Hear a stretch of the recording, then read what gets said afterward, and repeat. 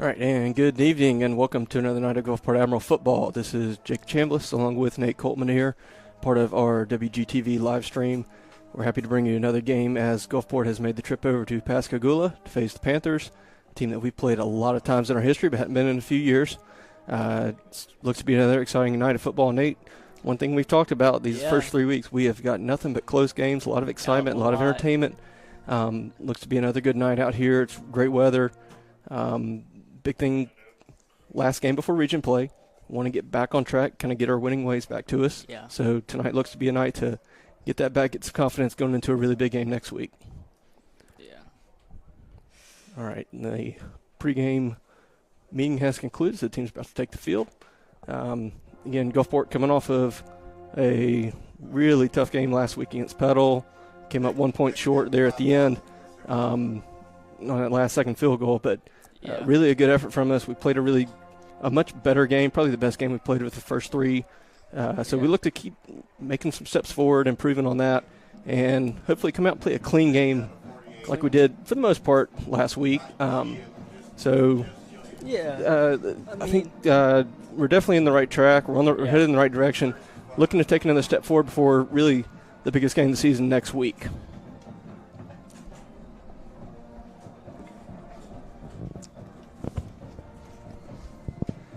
All right, so the teams have taken the field. Both head coaches coming out for another quick chat on the 50 before we get started. I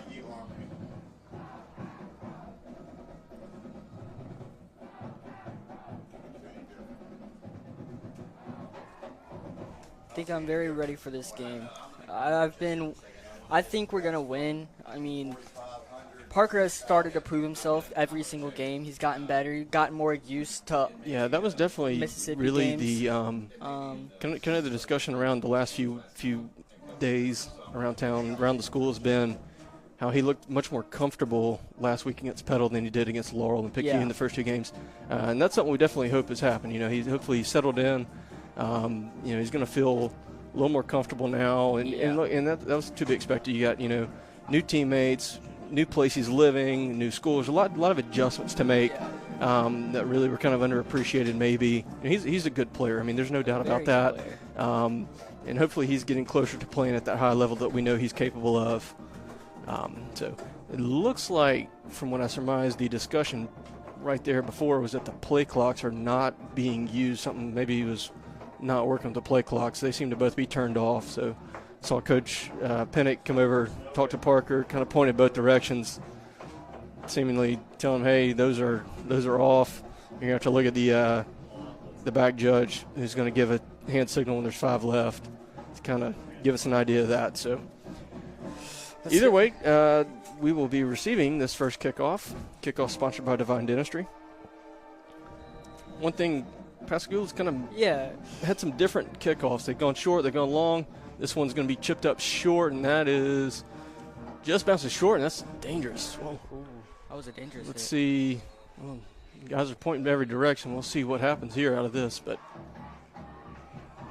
it is all right. Gulfport's got it. We're good. No crisis there. Cordarius Payton coming out of the bottom of that huddle with his helmet knocked off. So the Admirals will take the first possession of this one right around their own 30. And we'll get a look at that offense. And that's really the big thing everybody's looking for here. How does the offense perform? Can we get the passing game in sync again? We've had flashes of it, and we had some drops last week. But definitely, as you said, it looked a lot better last week, and there's a lot of optimism that we're headed in the right direction here. So first and 10 on our own 30 to start. And then again, we haven't played Pascagoula in a very hot minute. Trick play to start. That's a pass down there, field, and that is caught. Yeah, it's a great catch from Cooper Crosby just over midfield. Let's see. Oh, hold on.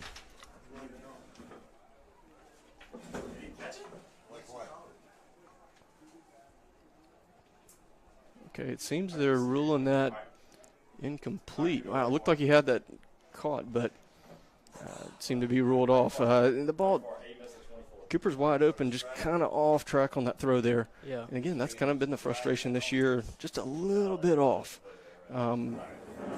Just small differences. It's not oh, we're downright off. We're just not good at anything. We're just a little bit off, just 1 degree away. Hand Second off. down, we'll go to Cooper up the middle. I'll pick up about a yard or two there.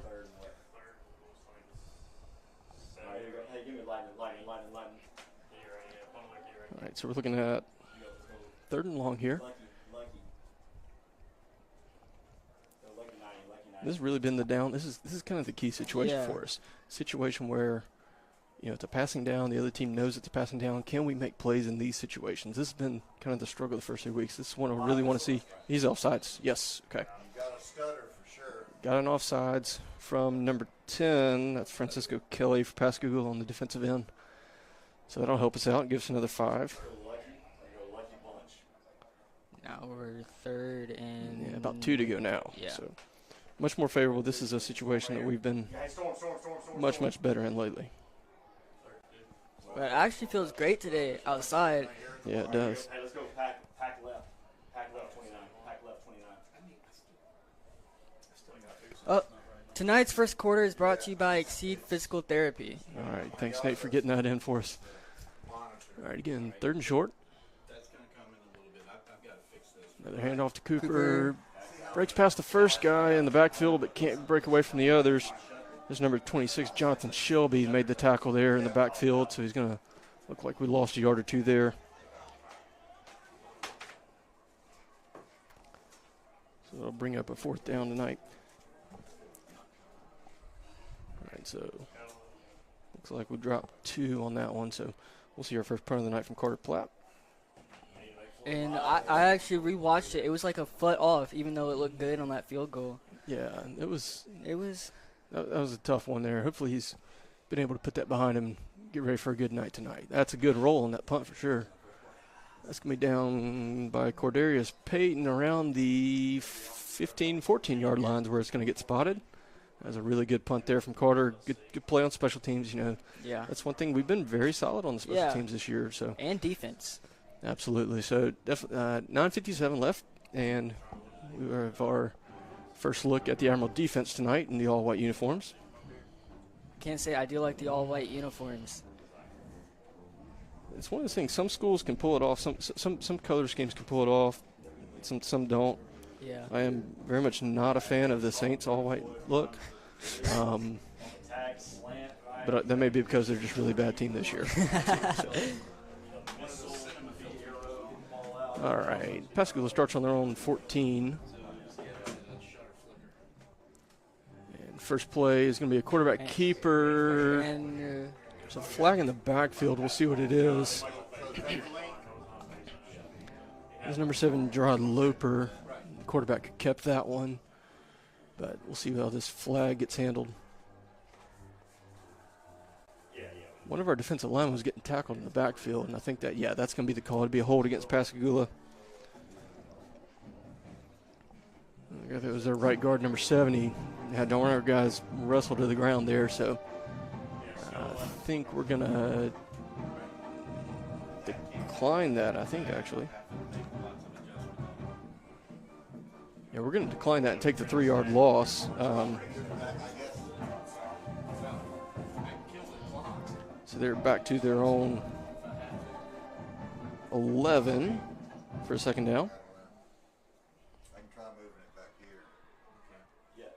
High snap there, fakes it, and rolls to his left. Good pursuit right there, and that's – oh, wow, how did he get that ball out? Loper was all but tackled for his safety, flips it out underhand, and running back Sean Norville was right there in the right spot at the right time to make that grab. And that is pulling a rabbit out of their hat right there. Looks like about a 2-yard gain on that play. That was, wow. Like you said, man, it looked like we had the safety wrapped up right there, but quite the escape. All right, 3rd and about 11 here.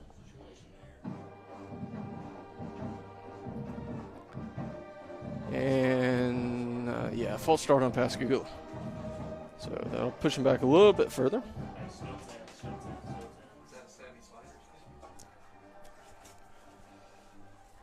So this 3rd down sponsored by Savvy Sliders. Going to be, looks like about 15 or 16 to go now. The band is sounding great tonight. Yeah, they are also right by us. I know. It's very loud. All right, 3rd long. We've been pretty good in this situation all year so far. It's definitely got to be a strength. Can't give up big plays on these situations. Whippers not getting as much pressure this time. Lobs one deep down the right sideline. That's going to fall out of bounds, incomplete. Pass there was intended for number 19, Darian Pickett. I'm trying. So it'll be 4th and long. Gotta let him. Good. Hey, let's start in flood. Right here.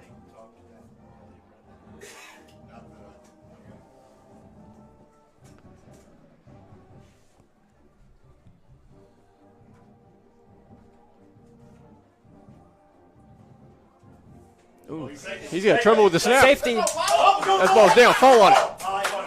Okay, they're going to rule him down anyways. All right, and that is a safety.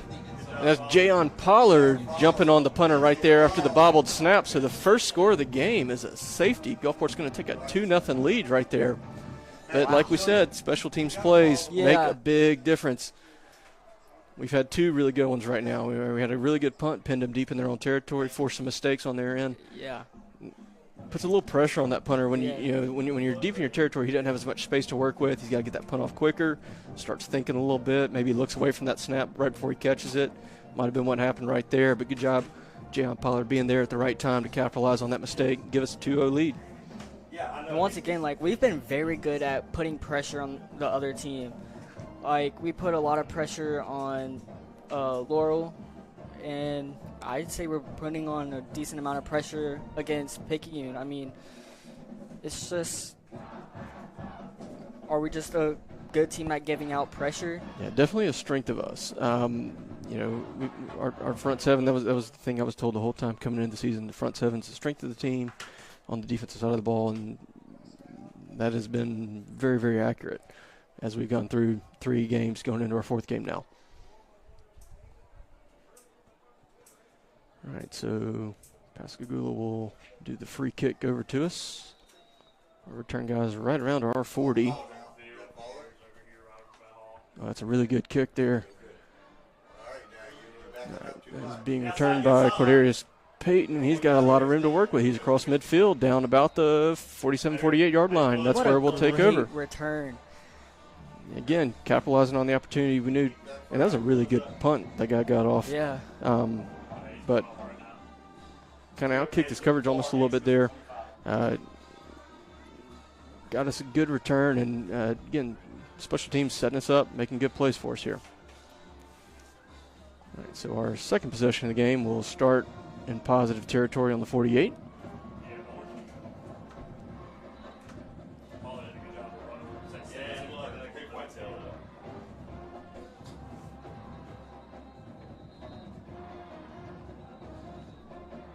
All right, hearing a lot of whistles. Okay. Looks like it might be a equipment issue. It's Camden Morgan having a side referee is sending him off. So Mylan Stubbs is going to come on and take his spot there up top.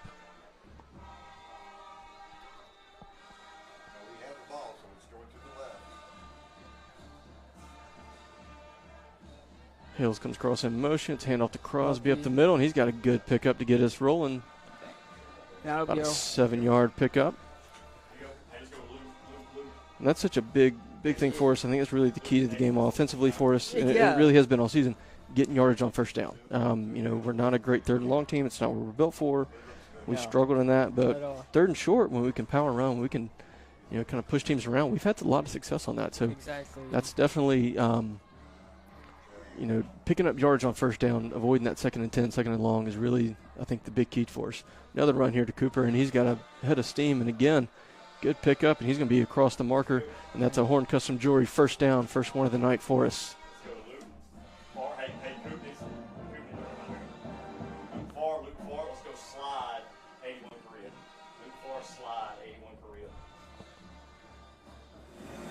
But just over the 35.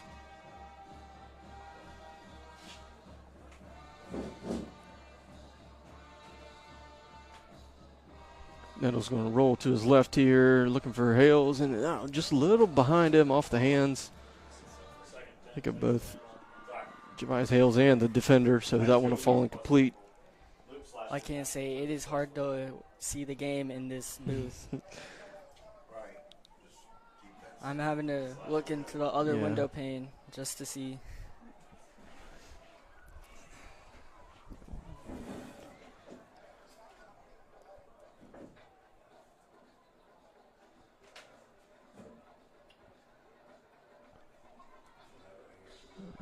Fakes a handoff, and there's Cooper Gwynn in the flat. He's got a catch, and big hit coming down from the defensive back there. But picked up some yardage.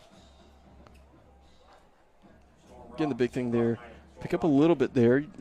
Don't go sell out trying to get everything. We can take these a little smaller, make it third and more manageable. Also, really good just getting those guys touches, getting them in the game early, kind of breaking the ice on the season, breaking the ice on the night for them. All right, third and about 6 to go here.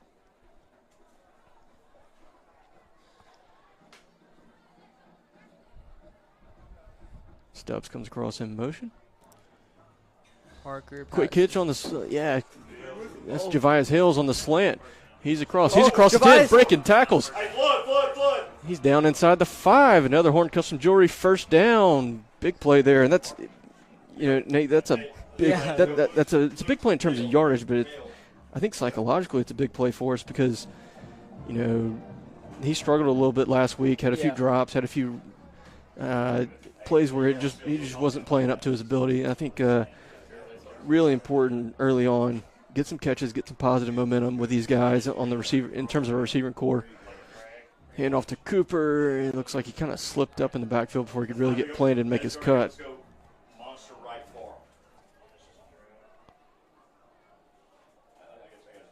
So now we have 2nd and goal coming up as we're past the halfway point of this opening quarter.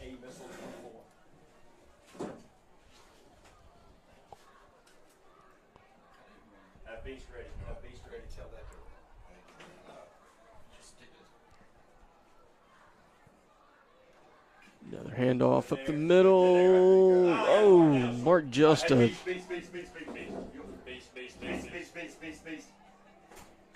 He can't be much more than about a foot short. He's got to be inside the 1 yard line there. Exactly. I mean, it's very close to this touchdown. Yeah, we're going to bring in a big heavy package here.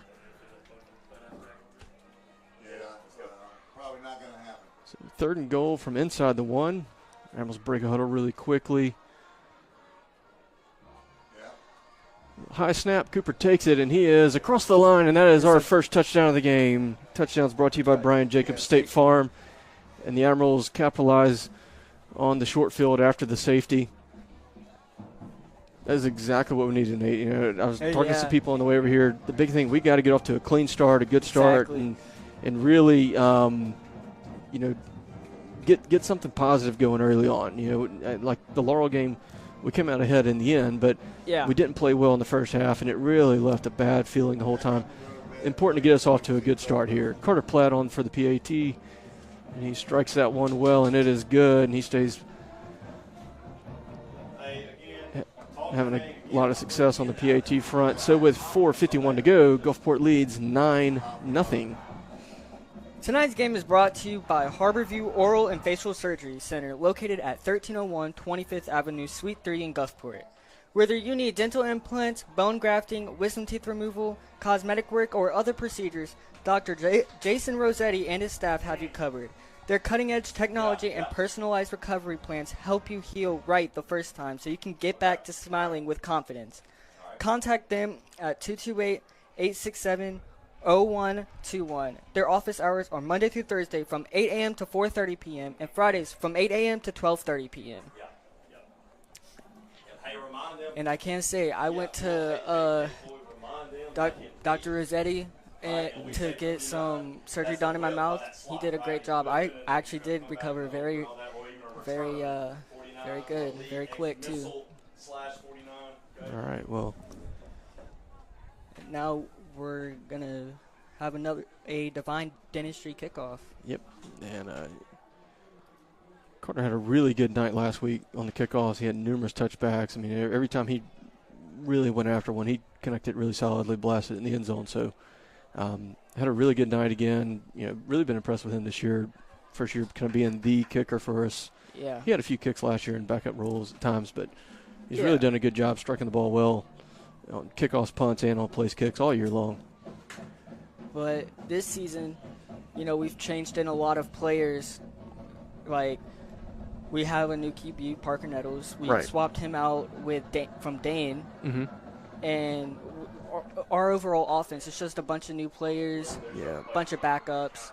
The kick's going to be returned from about the 2, and he's going to be run out of bounds around the 25. So that's where Pascagoula will start their second possession of the game.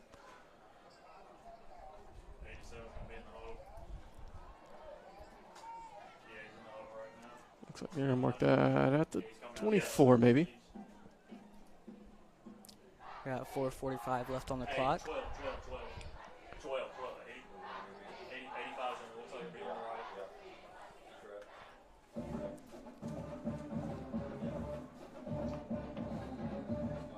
right. Hey, show Parker that, right? Show Parker that.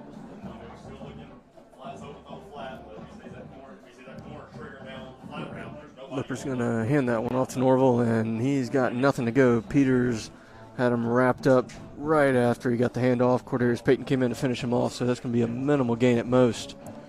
Really good play there again, and that's that's the strength of the defense. All right, the run game, run defense, stopping that run up the middle. We've been really good at that all year long. The only time it really got us was maybe that fourth quarter of the Picayune game. We were kind of getting worn down. Yeah. But other than that, we have been phenomenal on run defense all year long. So 2nd and 9 coming up, right around the 4-minute mark to go in the first quarter. Orville looked like he wanted to get that one off quick. Just avoided Javon Anderson, and he's going to sail that one high. Javon Anderson is known this season as a very good person for pressure. He's been great on the pass rush all year. Did a good job of kind of thwarting that one there. So 3rd and long coming up. 3rd down's brought to you by Savvy Sliders. So how'd you like the Alamo Ocean episode?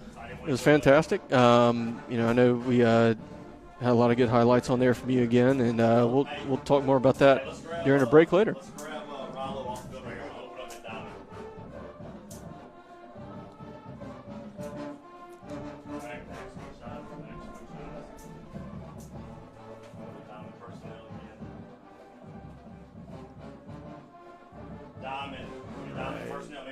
A lot of pressure again. Sails that one deep, and that is a great catch right there. It looked like That's on the ground. He dropped that.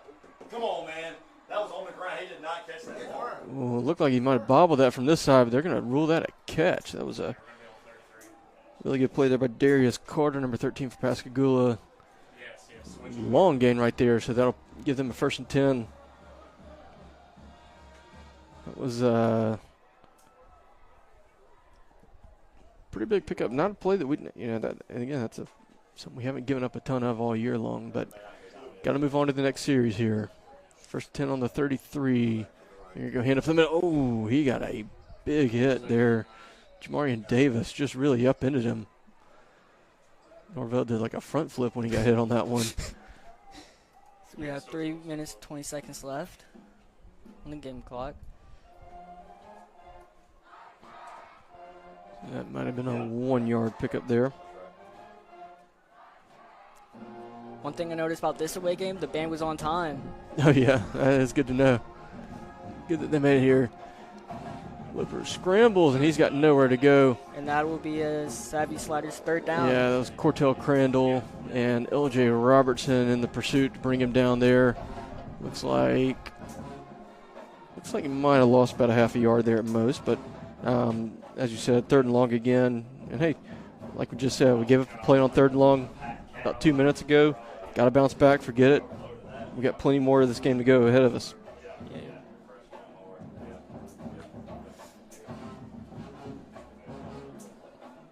All right, pay attention now.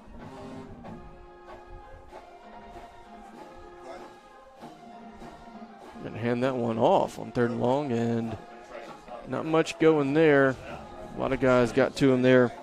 This would be 4th down. Imagine if Pascagoula just ran it there, they might be considering going for it. That's Jalen Lewis in making that stop.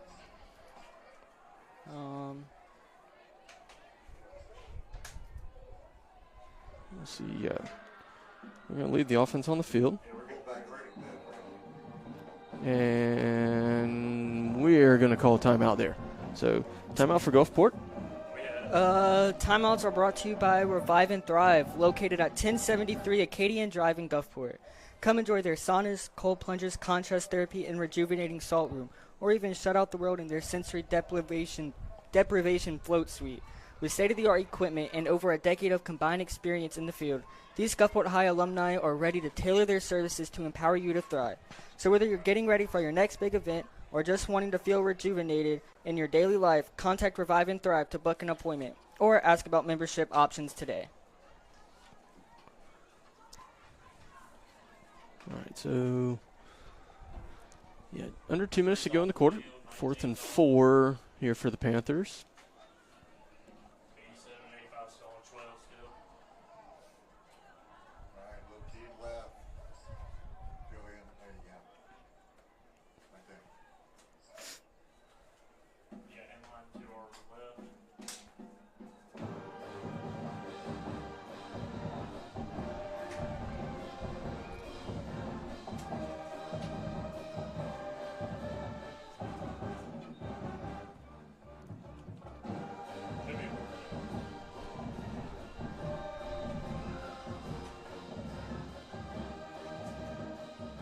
All right, 4th and 4 here.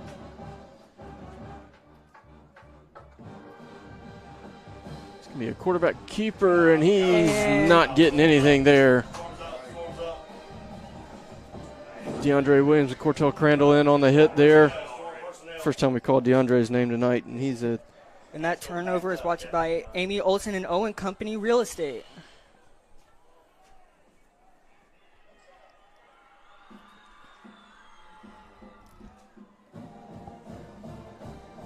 So the Admirals' next possession is going to start on, let's see, they've got it on their own 26, looks like.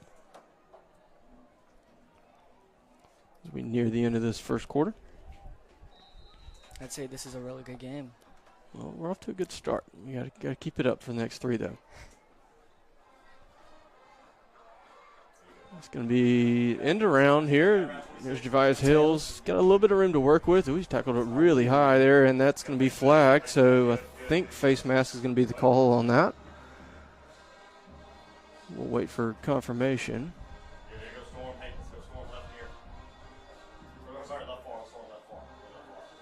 I think it might have been the horse collar. It might have actually been the call there. But either way, it's going to be 15 extra for us there. So that will be a Horn Custom Jewelry first down.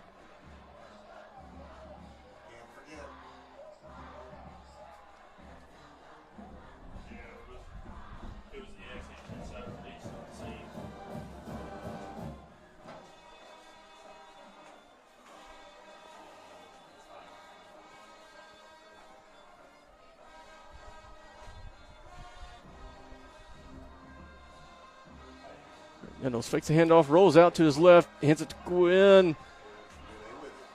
It's a good pickup. Kind of bobbled it, didn't really get fully running. He had a hard time securing it, but eventually got it under control and got a healthy pickup, so it's going to be 2nd and 1. I can say we're passing a lot more this game. Well, the only way to get better at something is you got to do it. So I kind of like the I kind of like this approach. Get some easy ones too. You know, get Parker moving a little bit. Get some guys in some open space. Get some easy, quick passes out there. Let's build some confidence in the passing game. That one's going to go to Cooper, and he is rolling ahead like a bull past the 40-yard line. Another Horn Custom Jewelry first down for Gulfport. He's tackled around the 37-38.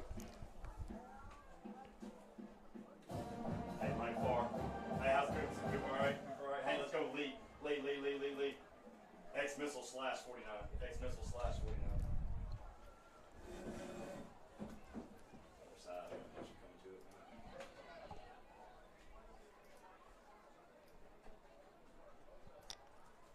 Next missile.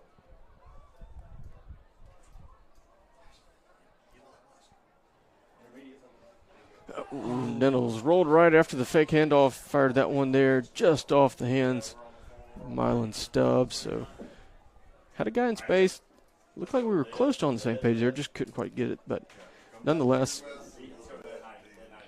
falls incomplete. 20 seconds to go in the quarter.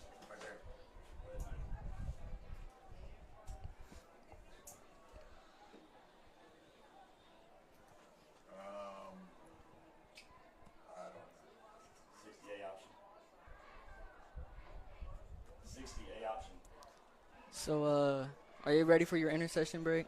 Absolutely. Absolutely. All right. Quick pass out to Mylan, and he gets hit right away. Looks like we're going to have about 3rd and 6 here.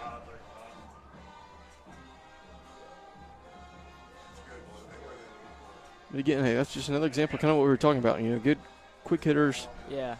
You know, get the ball to a bunch of different guys here in space. Give them a chance to do something. Get them touches. Try to build some confidence on them as we roll down to the end of the first quarter. So we'll step away for a minute. Gulfport leading 9-0.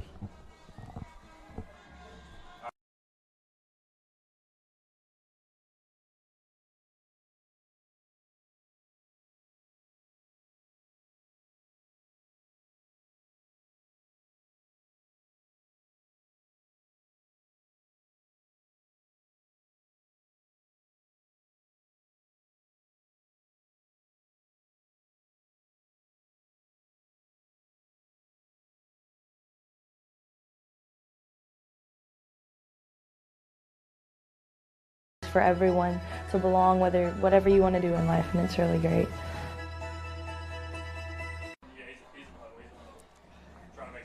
Welcome back, everyone.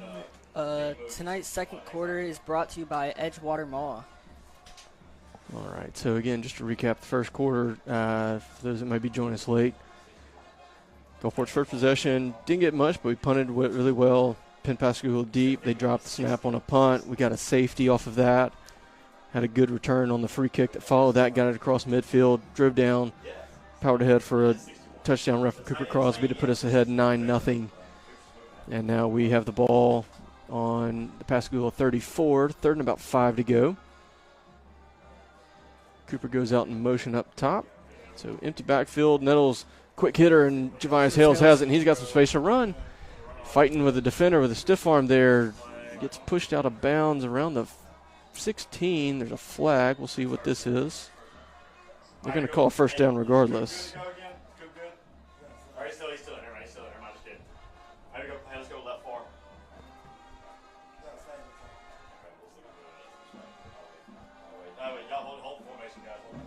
They're going to call a face mask on Pascagoula there, so that'll add a few more to that game. And it is a Horn Custom Jewelry first down.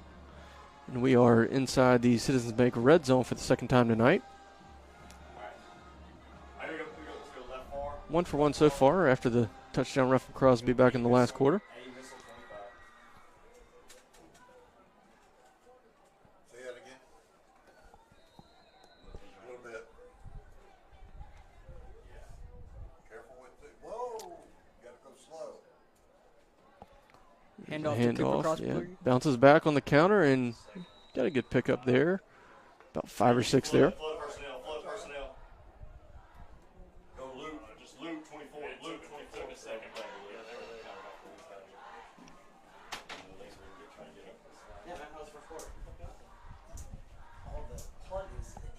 Yeah, that's what I almost went to it. So I was good. For the time me plugging it in and me getting back up here. Another handoff there, yep. And yeah, about a yard or two there, so he's across the 5. This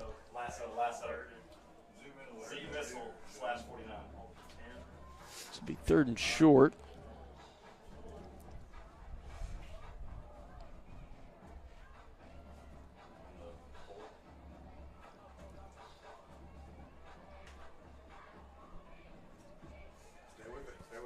Motion, Morgan across this time. Fakes the handoff. Parker looking at, just couldn't quite get there. A lot of hand fighting in the end zone, but I think they're going to rule that pass a little too high to draw a flag there.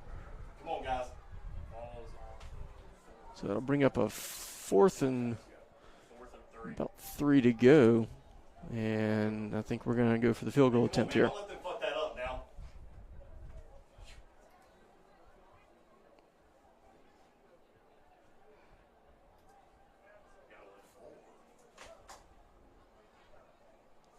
Appreciate it, man. I'll let you get cameras next year, huh? Worst couple people. It's all good, man. All right, so about a 22-yard attempt here for Carter Platt. Appreciate it, AD. Thanks so much. And that one is struck good. So with 10:42 to go in this one, Gulfport now leads 12-0. Pascagoula has 3 timeouts, and the Admirals have 2.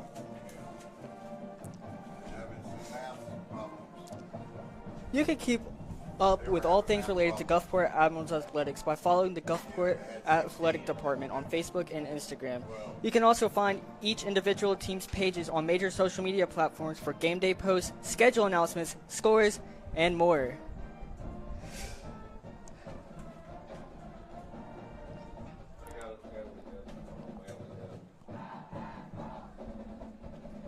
Well, they knew the freaking second one. What? All right. You gotta pay attention now. Well, tell them to fix it. It ain't hard for him to look out there and freaking fix it. 'Cause I told All right, so 10:42 to go in the second quarter, and another Divine Dentistry kickoff coming in from Carter Platt. Strong, man. Can you pass that Just nice and smooth. take charge out there. Strikes that one really well. Let's see. Pins a return man into the corner inside his own 5. Ooh, he makes an evasive move there. Carter in trying to make the tackle. Slows the guy down enough before he gets pushed out of bounds. But good return for Pascagoula across midfield. It's going to be spotted at the 41. So that's where the Panthers will start their next possession. That's why you really gotta be looking.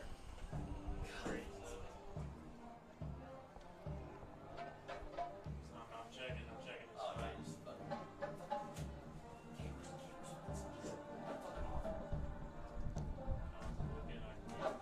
He's in 11. Yeah, it's 11. You got a tight shot, though. Yeah. Last goal.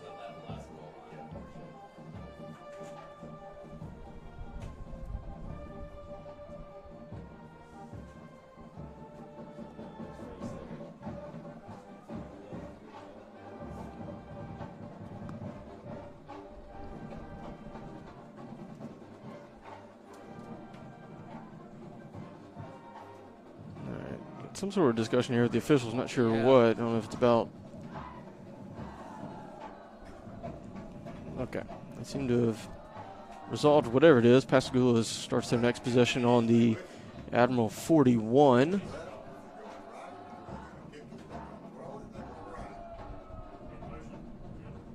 Motion their tight end to the left. And the handoff there to Norvell. Going to pick up about 2, maybe 3 there. Stopped inbounds by Trey Peters.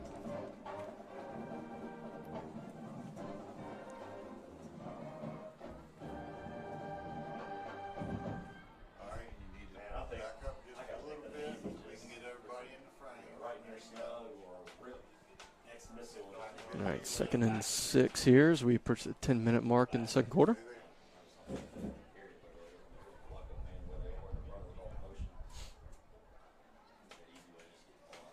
What he's doing, is he throwing it, kicking it, what?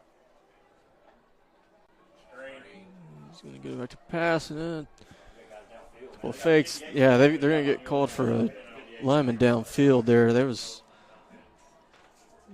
a little bit of lack of synchronicity from Pascagoula's offense there. I think they were trying to go for the screen up the middle. It wasn't there, so they rolled, went outside with it, but the linemen were downfield, so that'll be a penalty and nullify that gain they made there.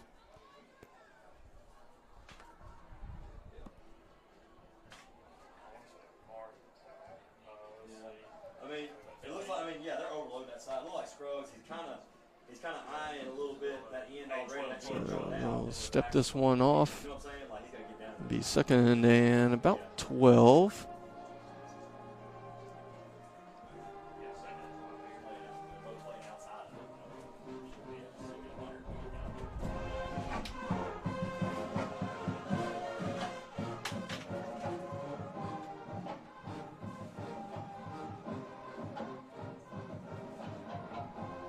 Looking for another deep ball, and that's might be Opie. I know.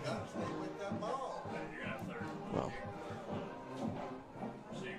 Pascagoula's receiver there, Nunnery, he was really handsy with our guys there in coverage, but nothing gets called. So 3rd and long coming up here. That 3rd down is brought to you by Savvy Sliders. Yep.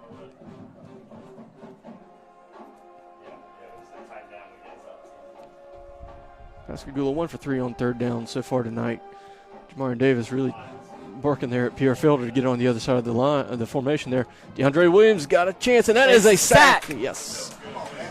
Big loss there. DeAndre Williams, guys, having a phenomenal start to this year on the defensive side of the ball. Another big play from him. He has really, really risen to his new role this year. Had the big strip sack last week in the 4th quarter to set up a go-ahead score for us. Had a really, really good year. That's a huge loss. Probably lost about 12 there for Pascagoula. So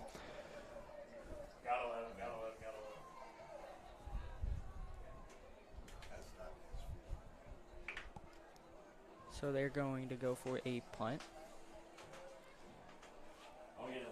Let's go X missile.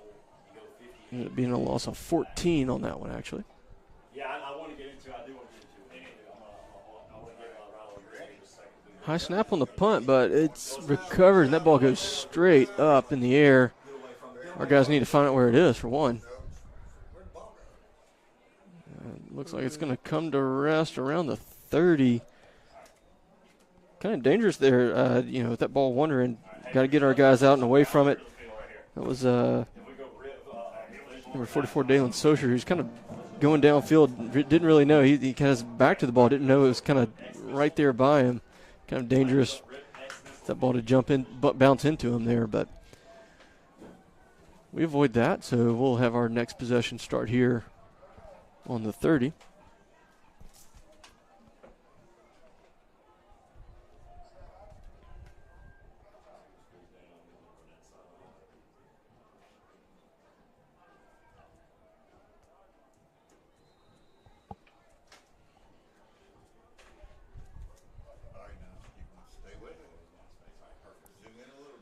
Nels comes across in motion through the slot.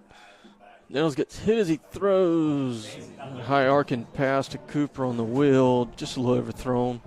So that'll fall incomplete.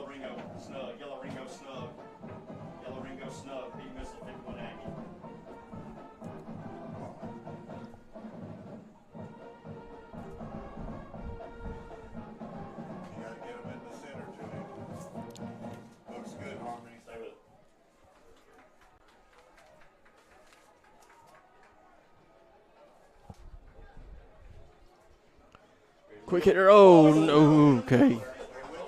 That was nearly another disaster play there. Getting kind of out of sync there. Cooper's coming out to the flat. Stubbs and Pollard are out there. Looked like they were ready to block. Yeah. Not quite there. So, but you know what? Could have been disastrous, but it's not. We got 3rd and long, and that's better than giving up the pick 6. So, got another play to make. It's one of the good things about sports. You learn, there's a lot of things you learn. Life lessons, they call them. You learn it through Sports Nate, and it's one of those is when you have something like that, you got another play. Bounce back. Let's get it right this time. 3rd and 10. Parker rolling to his right. He's got Hills, and just a little bit too far. Led him towards the sideline, so that's going to fall incomplete. That'll be 4th and 10.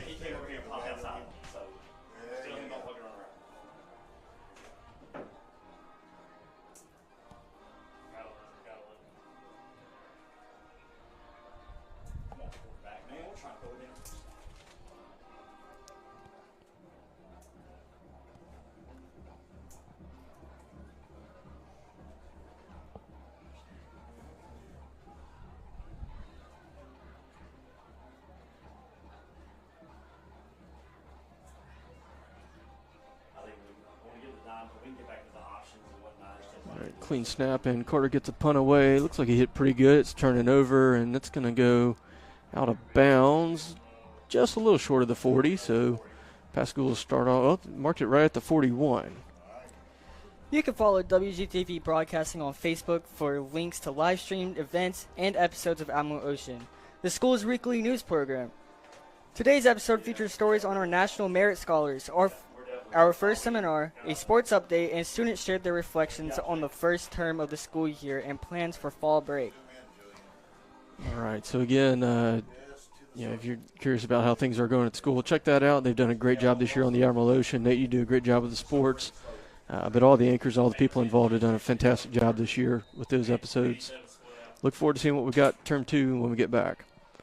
All right, Pascagoula takes over on their own 41. There you go. Let's see what's going on. We got 4 wide. Looks like the guy in motion kind of was uncertain of himself, and DeAndre is right there. And that's a Fumble. 3-man. Ball's down. Pascagoula's offensive lineman is going to fall on it, but DeAndre Williams, Javon Anderson, like somebody else might have been in on that, but that was like a 3-man sack there. 24 seconds. There you go.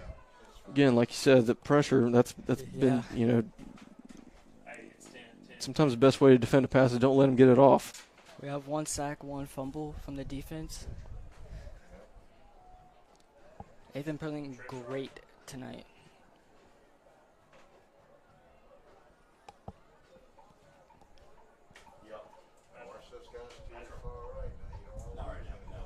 All right, second and very long there. It looked like they were setting up for the wide receiver screen, but it wasn't there.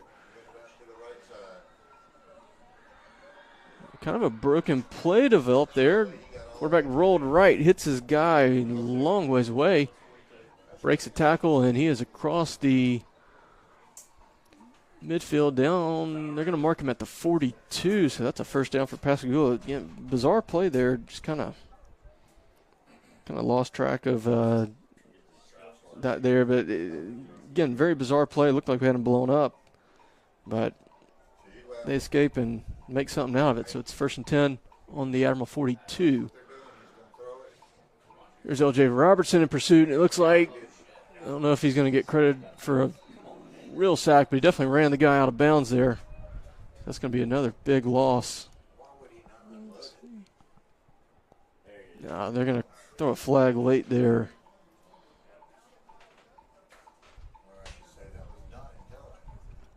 One thing Okay, so they're going to call intentional grounding there. So he looked like Looper got that throw off just at the last second. They're going to call grounding.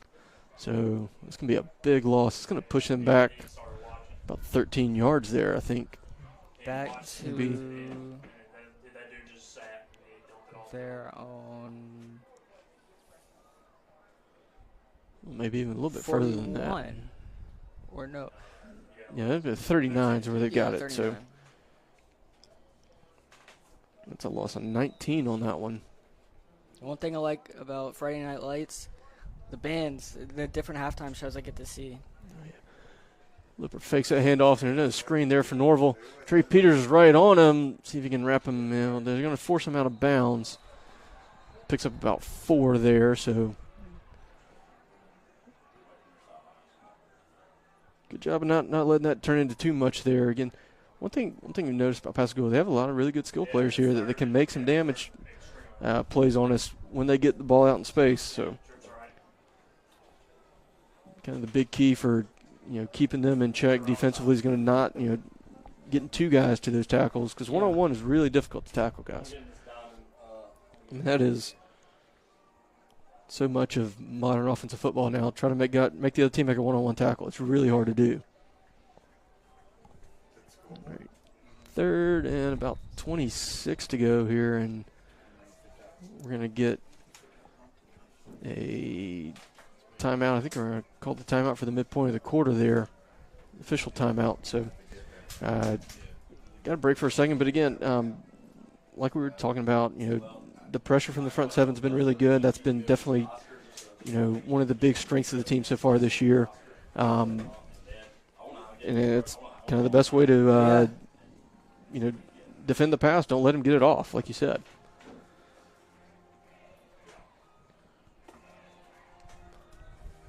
By the way, while we're in this official timeout, we're going to mention one other thing real quick.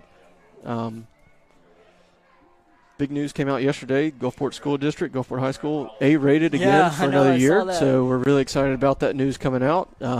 Very great news. You know, that's always a big deal when we get that, and it's been, I think it's 6 or 7 years in a row now that the district as a whole has had an A rating, which is a big accomplishment for all of our schools all across town. So great accomplishment by all of our staff, our students, and our community as a whole. It's a full contribution to getting that rating.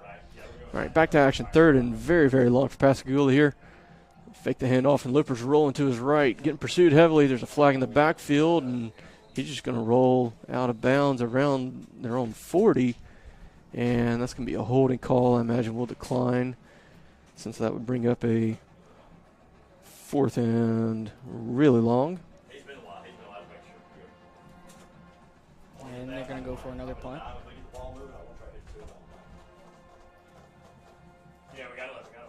All right, Cordarius Payton back to return.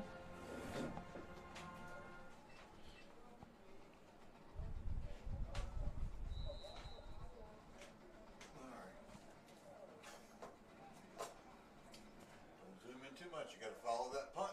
Where'd he go? Really high punt. It's going to land a little backspin on this one. Well, that's coming back to our side of the field. Pascagoula jumps on it quick to try to stop that backspin there, but Admirals are going to take over positive territory again. Another good field position for us here. Going to be on their 49 to start this next possession.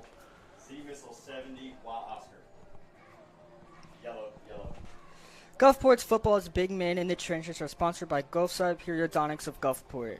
When it comes to strong teams, you know the foundation matters. And when it comes to your smile, Gulfside Periodontics is the MVP. From advanced dental implants and laser gum therapy to expert periodontal care, their team is trusted by families across the Mississippi Gulf Coast. Located at 423 Security Square in Gulfport, Gulfside Periodontics uses cutting-edge technology to treat gum disease, restore your smile, and keep your oral health in championship form. No pain, no pressure, just precision care. Contact Dr. Thomas Carter and his staff at Gulfside Periodontics today. Visit them at gulfsideperio.com or give them a call at 228-205-4853. All right, now as you were getting that out, we had a quick hitter to Camden Morgan on the out route. It's picked up about 6, so good positive play on 1st and 10 there. Right around 5 to go in this half. Majid Frederick in the backfield just motions over. He's going to lead block for Cooper. Pascagoula penetrated the backfield really well there, though, so not much to gain. So 3rd medium here. Looks like he's going to say he got back to the line of scrimmage, so 4 to go.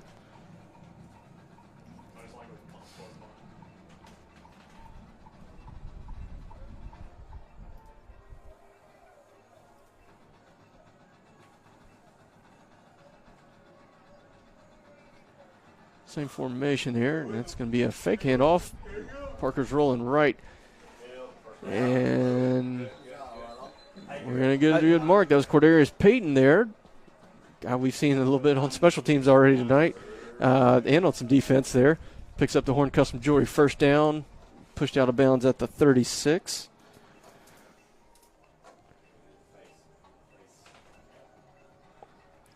I talked to Cordarius earlier this morning and said, hey, how do we have practice today? How was practice this week? And he said, well, I don't know if anybody else is ready, but I sure am. So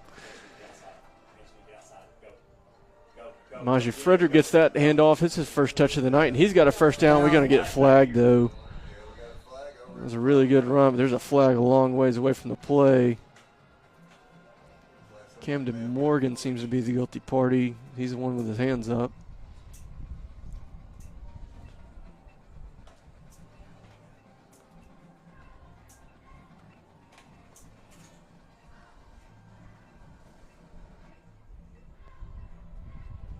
Well, they're going to call a personal foul on him.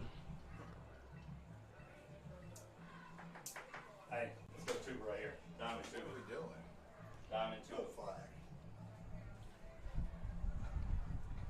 So that's going to back us up quite a bit there. Kind of unusual because that was away from the play side there too, and he really didn't get get too far downfield, but it's going to push us back kind of where we started the possession, around the 49. So the not ideal 1st and 25 here.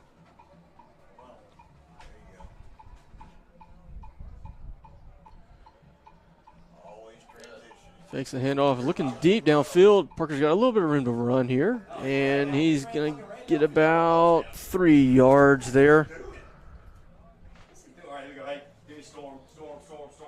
So a little bit of something there. We'll have 2nd and about 23 now.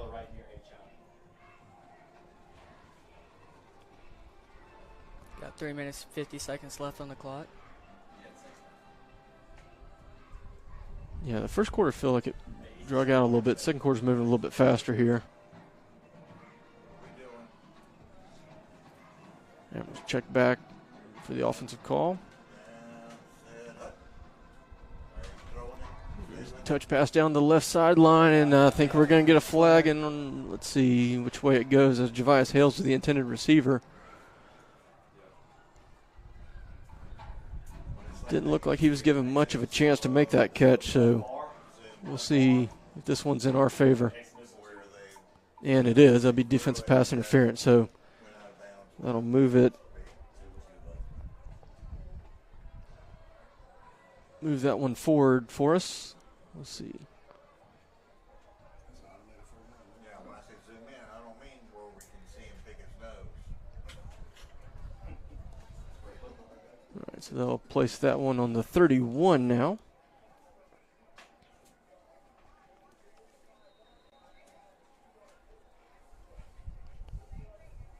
So 2nd and about 6 to go. Fakes the handoff to Cooper. And now he's got him back on the throw, back to the wheel route. Cooper's wide open. And he is in the end zone yet again. And that is a Brian Jacobs State Farm touchdown. That's a play we kind of burned pedal on that play last week. Yeah. You know, got him there. That rollout throwback to the other side. Had a big touchdown on it last week. Really love that play. Cooper's kind of become like the master of the running back on that play. He had a lot of success with it last year as well. But he's good at, like, I feel like he's good at managing the pressure that the defense gives to him. Yeah, he's asked to do a lot, and he's handled it really, really well. Yeah. Carter Platt on for the PAT, and looked like he stuttered a little bit on the takeoff, but strikes it well, and that is good. And we're going to get, there's going to be some flags after the play there. Looks like that was Alfred Scruggs, seems to be the one that all of his teammates are dragging away from the pile there. But with 3:20 to go, Gulfport leads now 19-0. We'll see how this one gets decided.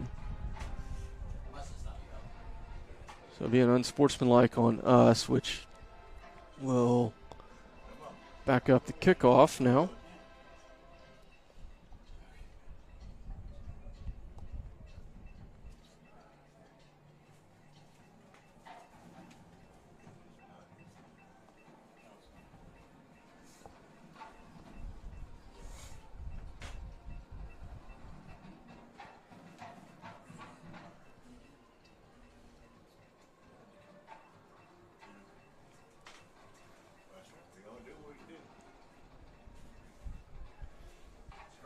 All right, so another Divine Dentistry kickoff coming up. This one will be backed up to our 25 after the unsportsmanlike on the end of the point after.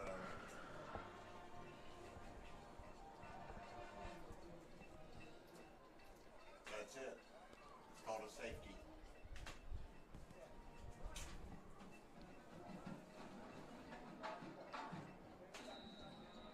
All right, we'll be able to see where he's going now. He's going to be going back to your right. He kicks it. Carter's gonna hit that one towards the boundary. He got it right there on the Number 6, Arion Harvey picked it up. He's going to go across the field. There's a flag trailing it. There's another flag trailing it. somewhere to go. He's got a big return, but I don't think they're going to get credited for any of it.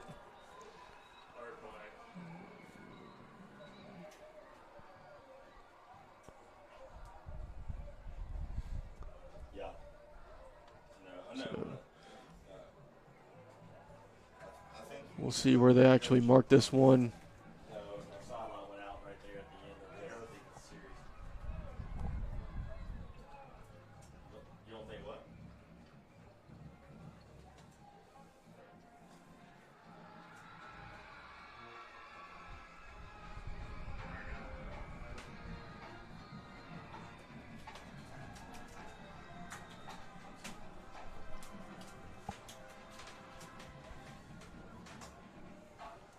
All right, so after all that, we'll see. Pascagoula is going to start their next possession with 3:10 to go in the half on their own 38.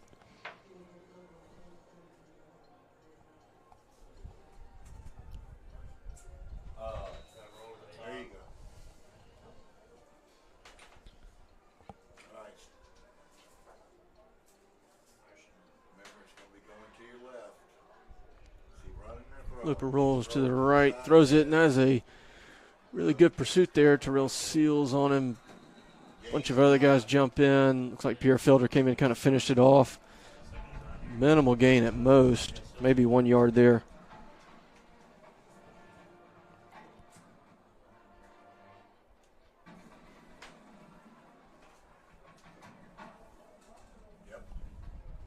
They're going to credit him for a 1 yard pickup there, but second and long coming up. 2:35 on the clock. Yep.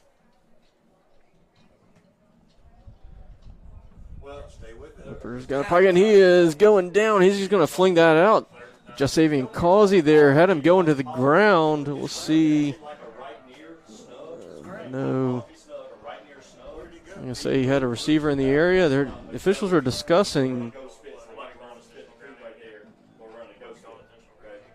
And let's see. I think they picked up the flag is what he's signaling. Yeah, they're going to leave that ball in the 39. And Coach Pinnock looks like he wants an explanation on that one. Looper was on his way down. Jasavian had him. He was halfway to the ground, kind of flung it out of bounds. I guess they're going to say they had a receiver in the area close enough to avoid the grounding penalty. So 3rd and 9. And that third down is brought to you by Savvy Sliders. Yep.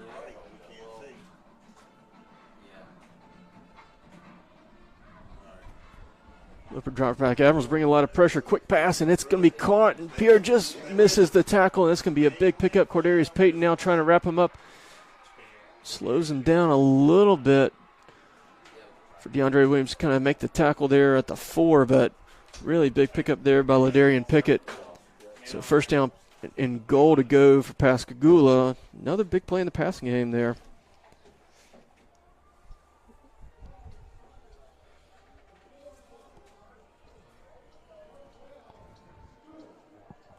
So this one will be marked at the 4.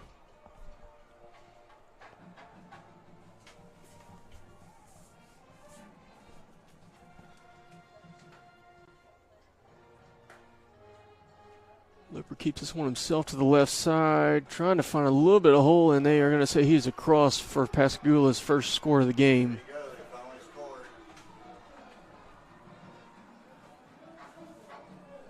So the big play on third down, 57-yard pickup there on 3rd and long, leads to a quick touchdown run there. Pascagoula cuts into our lead a little bit here right before halftime.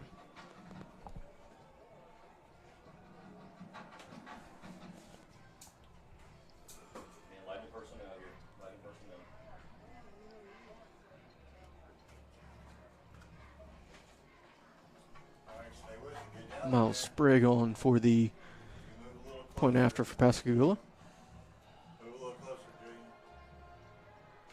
Clean snap, clean hold, and a good kick. Yeah, so 1:52 to go. Gulfport lead is now 19-7. All right, so we got 2 timeouts. So yeah, plenty of time here. 1:52, 2 timeouts. So, I think the way the kickoff goes going to determine a lot about how our next series looks here. Yeah. But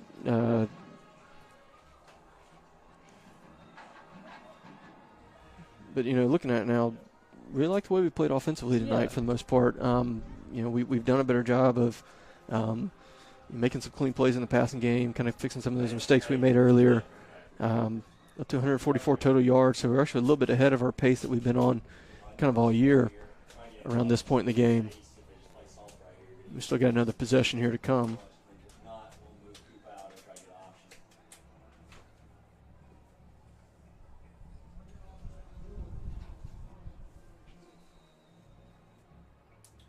right, need to pull back a little bit so we can see both sides.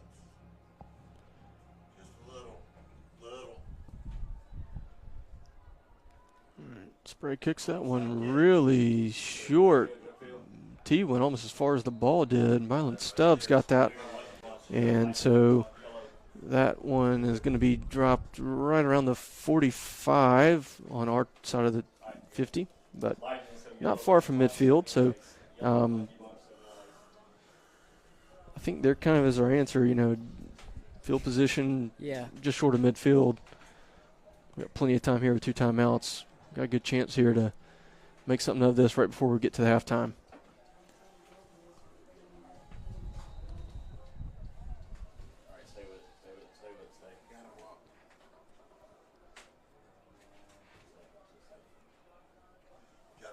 Bunch of receivers up top. We're going to go screen to Hills in the backside. Made one guy miss. It's going to be, he's still fighting for yardage. It's going to be about a 9-yard pickup. Now they're going to say the clock's still winding.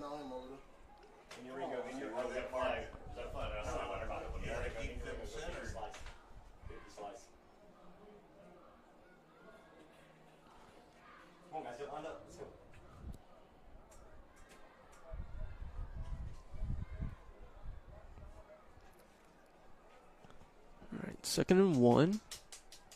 1:14 and counting to go in the half. Hills looks.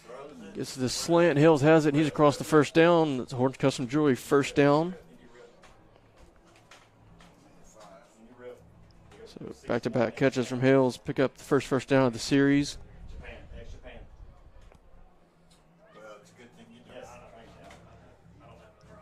On the 43 is where they marked him. Oh, that one got bad. It looks like, they caught a fumble. Okay. Looked like just kind of slipped out of his hands there. Very bizarre play there. I thought at first, from my glance here, ball may have gotten batted. He had a guy in his face there. Looked like Parker had that ball batted, but it slipped out of his hands, went backwards. So that's going to be a significant loss for us. Pushes back behind the chains. And we're going to call our second timeout of the half. Timeouts are brought to you by Revive and Thrive. They offer saunas, cold plunges, and contrast therapy, and a rejuvenating salt room. And you can even shut out the world in their sensory deprivation float suite. With state-of-the-art equipment and over a decade of combined experience in the field, these Gulfport High alumni are ready to tailor their services to empower you to thrive. So whether you're getting ready for your next big event or just wanting to feel rejuvenated in your daily life, contact Revive and Thrive to book an appointment or ask about membership options today. All right, second down and about 20 to go here after the fumble. 46 seconds left in this first half. Stubbs motions outside. Nettles under pressure, trying to get away from it, just quite can't, and he's going to be sacked just behind the 40. And now Pascagoula is going to call a timeout. And that timeout is brought to you by Revive and Thrive. Yeah, I think I really liked our pass concept we had coming down out there. Just didn't quite have enough time. Our offensive line, one thing about it, I was told, asked a lot of people around the football program before the season, hey, what do we feel good about? What do we need to learn? What's the question marks? Offensive line was something that was mentioned as a question mark, but really feel like they've been really good all year for these first 3.5 games. That play, they got beat right there a little bit, but a lot of pressure on him right there. Pascagoula kind of gambled with it, left a lot of space in the back in the defensive backfield, but they got home on that one. Their risk paid off. So third and really long coming up once we break the huddles here. Again, just under 40 seconds left in this first half.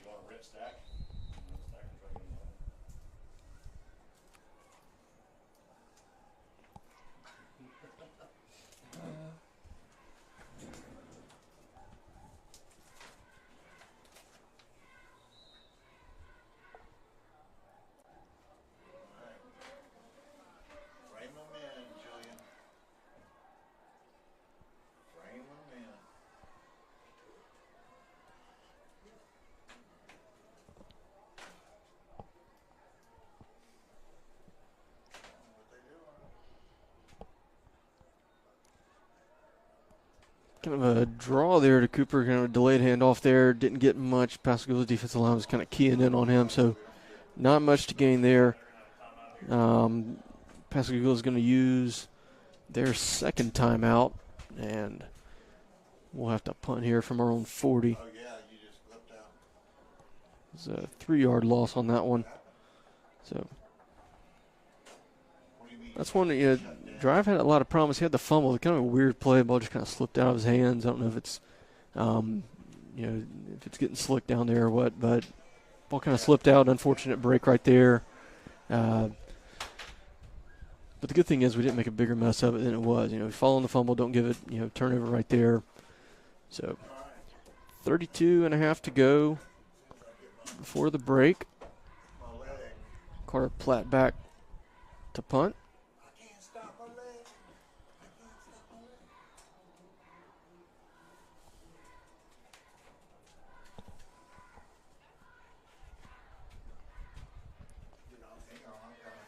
leg. Gets it off clean. He boomed that one. It's going to have a really good, healthy roll for Gulfport there. Pascagoula's guy's going to pick it up around his own 10, inside of his own 10. Cordarius Payton makes the tackle, loses his helmet in the process, but he makes the tackle right around the 10. Really good coverage from him again. Again, he's a guy, does a little bit of everything, jack of all trades type of guy. Really good special teams play from him there. That was a really tough tackle, guy moving away from him like that. Going sideways, but he did a good job of holding on. So Pascagoula's pinned inside their 10. Let's see. Yeah, they're going to spot that on the 9 with 20 seconds to go. Make sure Peter knows he's not at safety. Okay. All right. Okay.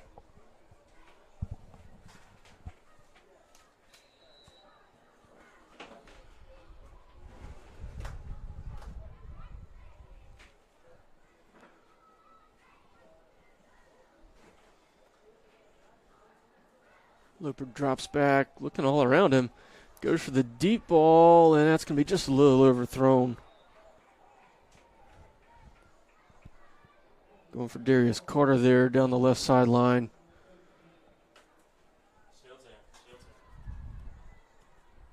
Down to 13 seconds left. Hey, three's in.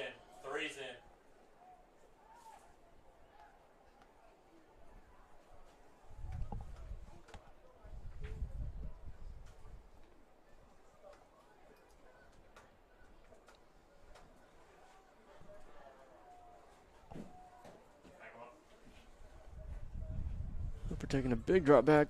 Fires that one across the field. That's going to be caught by Ladarian Pickett. He's going to get out of bounds around the 25, down to 8 seconds left.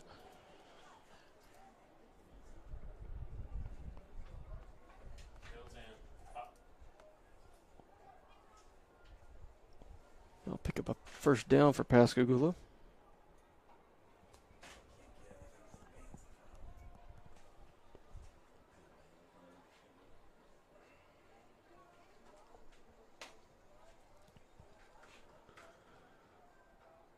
Drops under some pressure there, and it looks like, almost was sacked there by Trey Peters.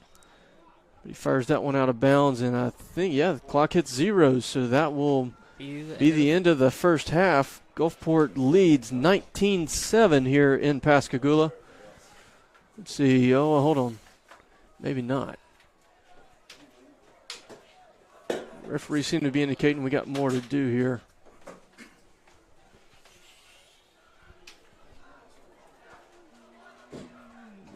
They're gonna say we had more time left. Scoreboard clock still says all zeros, but we seem to be lining up to run another play here.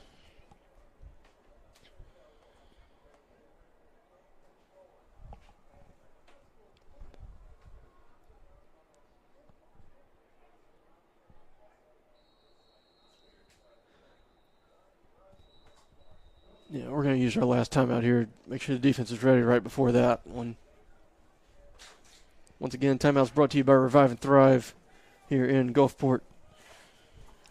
There's great things happening every day at Gulfport High School, and you can see them on our school's Facebook page, Gulfport High School School Academic Institutes at Gulfport, where you'll find student accomplishments, club activities, and our weekly newsletter, the Admiral Anchor. This week, the Teacher Academy program did a collaboration with the Mississippi Early Childhood Inclusion Center.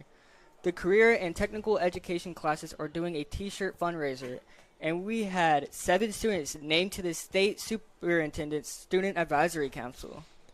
Yeah, and those 7 students we had on the State Superintendent Student Advisory Council, I looked through the list, I counted. I'm pretty sure we have the most of any high school in the state. Wow. I think there's another school or two that might have had 5 or 6, but I think 7 that we had is the most. So awesome accomplishment for our school there. All right, back to what should be the final play of the quarter. But Pascagoula is going to call their final timeout, and might as well spin it while you got it. So this final play is going to take us quite a while to get it off here. Again, timeout's brought to you by Revive and Thrive in Gulfport. But again, back to what we were just talking about, with our student accomplishments there. Yeah. That's Superintendent Student Advisory Council. We always have a handful that are always on there, but great to have 7 of them. It's Reed Bodenhammer, Zenaida Caquias, Luis Grimaldo, Isaac Johnson, Anna Gray Massey, Crosby Parker, and Abby Ratcliffe. So congratulations to all of them. And again, we had the most of any school in the state. So that's very impressive. Really impressive accomplishment for us. We always have a handful of students on that, it seems, since they've started out about 7 years ago. But awesome that we have the most. All right. What should be the final play of the half, hopefully is. You're going to do a quick swing out. And Pascagoula's guys, that was the last nunnery. Broke a few tackles. Got pushed out of bounds just short of midfield. A lot of discussion between the players after that. Hopefully nothing comes of it. And that will finally bring an end to this first half, I believe. Yep. Looks like, let's see. Well, yeah, we need to see people. There's some more discussion between the head referee and Coach Pennick. Not sure what we're getting here. Yeah, like 20 seconds. Okay, it's going to be an unsportsmanlike on Pascagoula at the end of the play, and I think they said we're going to apply that maybe to the opening kickoff of the next half. So I think we are finally at halftime. Teams are walking off the field. The halftime score is Gulfport up 19-7. Admiral Band is up next. They're going to perform first since we're on the road. Admiral Band shows, again, titled I Want My MTV, and features music from the 1980s. So be sure to stick around and enjoy that, and we'll be back with you shortly after their performance.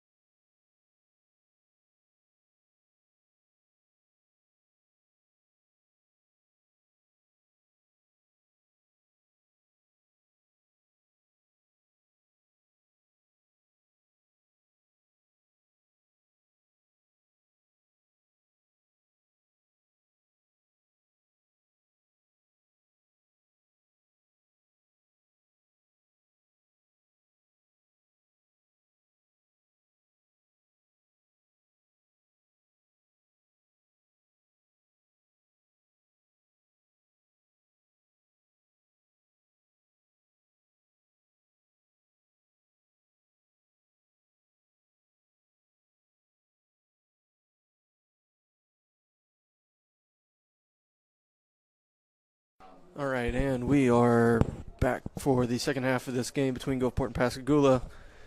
Coming to you from War Memorial Stadium in Pascagoula. Nate's here with our halftime stats. Go ahead, Nate. At the halftime, the score is 19-7 in favor of Gulfport. For Gulfport's offense, they have 139 total yards and 8 first downs. Quarterback Parker Nettles is 10 for 17 passing for 116 yards and 1 touchdown. On the ground, Gulfport is led by Cooper Crosby, who has 28 yards on 12 carries with 1 touchdown. The receiving tonight has been led by Javius Hills, who has 4 catches for 57 yards and no touchdowns. Cooper Crosby also had a 31-yard touchdown catch. The Admirals are 4 for 8 on third down and 2 for 2 in the red zone. Kicker Carter Platt is 2 for 2 on extra points and 1 for 1 on field goals. As for Pascagoula, they have 158 total yards and 5 first downs. Passing, they are 8 for 13 for 148 yards, and they have run for 10 yards on 9 carries. They are 2 for 5 on third downs and 1 for 1 in the red zone.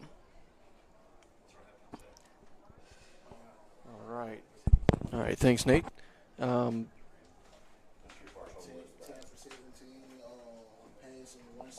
So teams are back out, going through their final warm-ups for the second half. Again, like you said, and it may be surprising, if anybody joined us late, the yardage. We said, hey, Pascagoula's actually got more yards than us. A big factor in that, though, is the field position battle. We've started with the ball around midfield numerous drives, so we don't have as many yards as them, mostly because there's not those yards to get. I mean, when you're starting all your possessions at midfield, you're not going to gain a ton of yards because you don't have that much to get. So that's the difference in yardage, us being down, was at about 20 yards fewer than them. That's actually a testament to our control in the field position battle, because we've been getting great field position to start. They've had a few drives where they've racked up some yards from deep in their own territory. So it's a little bit misleading. Like they say, sometimes the stats, it's not so much what they reveal, it's what they're hiding that really tells the story there. So we have an update on one of the stats about Cooper Crosby. Instead of 1 touchdown, he had 2 touchdowns. That's right.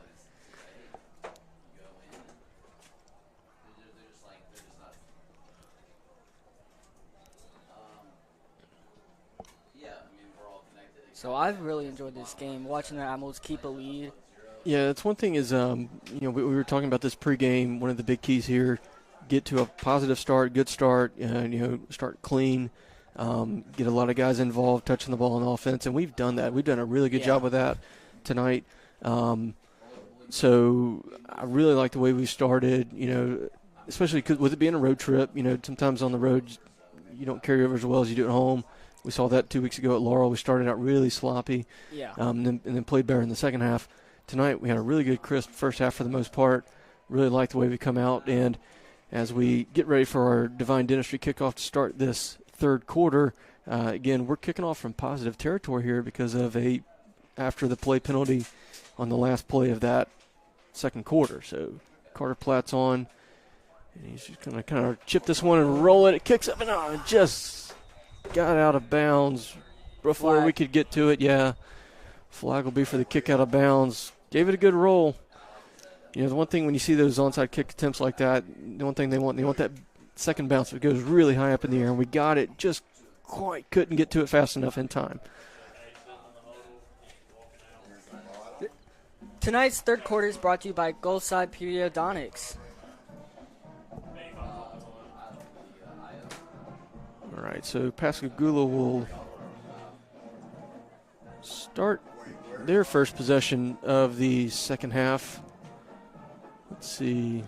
Well, they're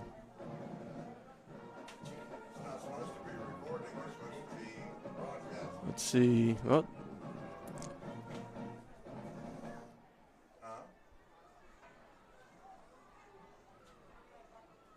it seems that they okay. It looks like we're gonna get a second kick here. So, looks like they're gonna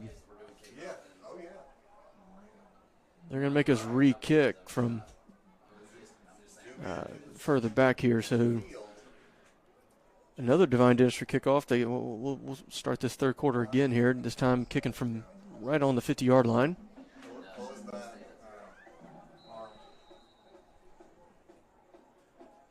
Nate, that's a bit unusual. I don't know if I've ever seen that. I've never seen that where they take the out of bounds as a re-kick. I've never seen that in any kind of football game I've watched. And Carter's just going to blast this one out the back of the end zone. And that's another touchback for him. So after all that, Pascagoula will take over on their own 20 to start this third quarter.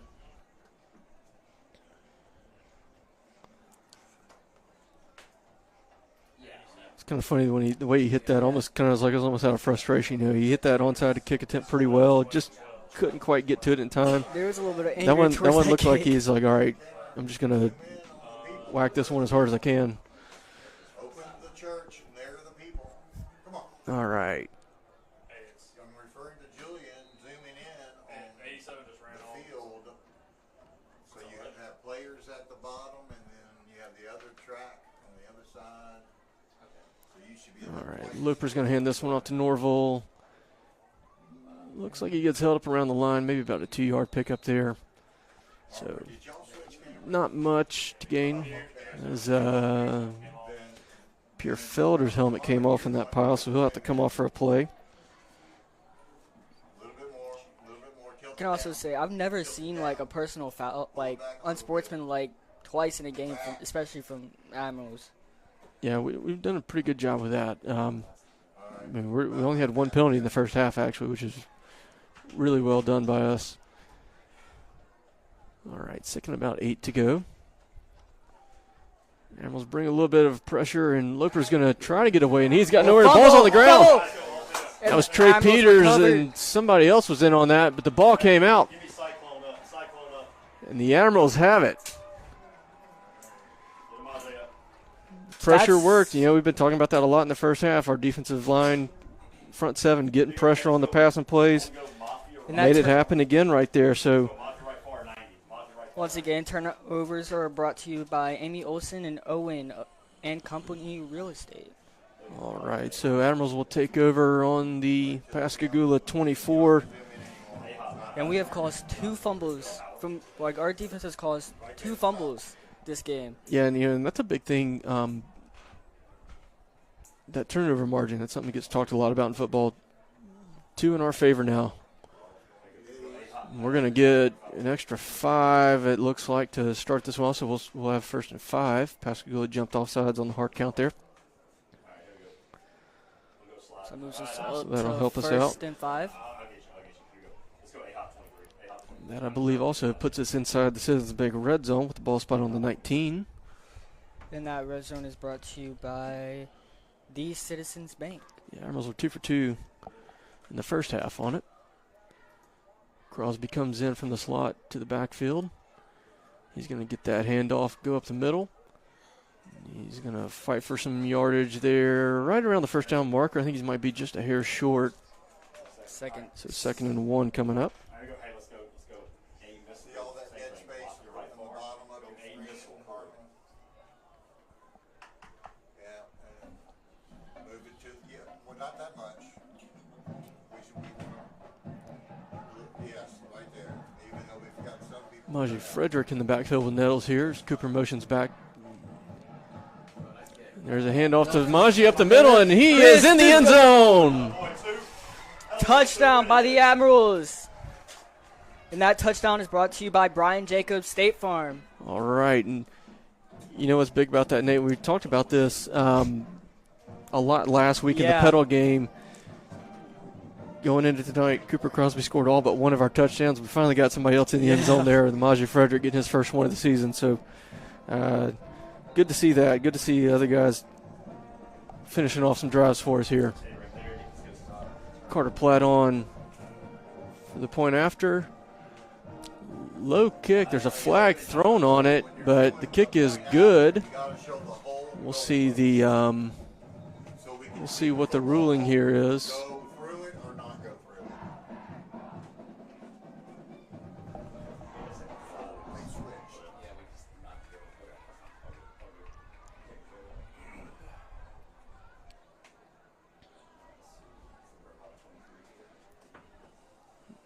come over and explained it to Coach Pinnock, so it's going to be a personal foul on Pascagoula.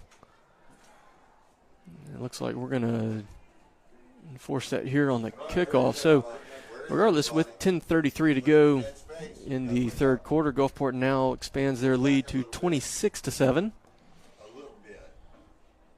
Now no, Hey, Jones. you've already done. Jones, will you more show than Coop a that little bit 23? first Because time. if he presses it and then slips it back, Find where your players there's something there. Because they're overrunning.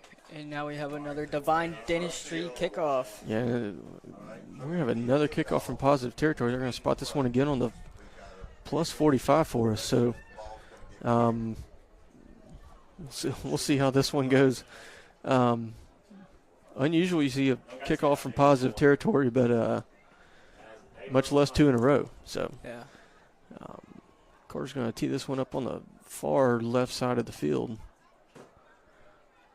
are you doing, man? Not trying to. Looks like we might have kind of a reattempt at what we did on the first attempt just a few minutes ago. Chips this one up, and Pascagoula's guys get a hold of it. Down at the 20. But they're retreating when they caught it. They fall down on the catch, so they're down at the 20, just as good as a touchback. So that's where the Panthers will start their next possession.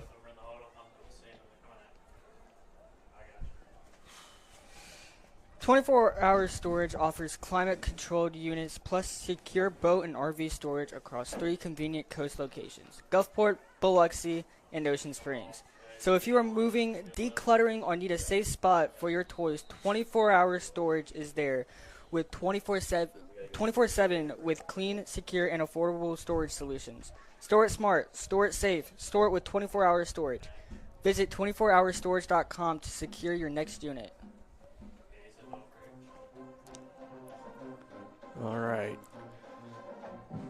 1st and 10 for the Panthers. They'll hand it off to Norville. He's got not much to pick up there. Defensive line swallowed him up Gain really about early. a yard. Yeah, he might have gotten a yard there. Just 2nd and 9. Jasavian Causey in making that tackle. Now tilt it down a little bit. 10 in some more.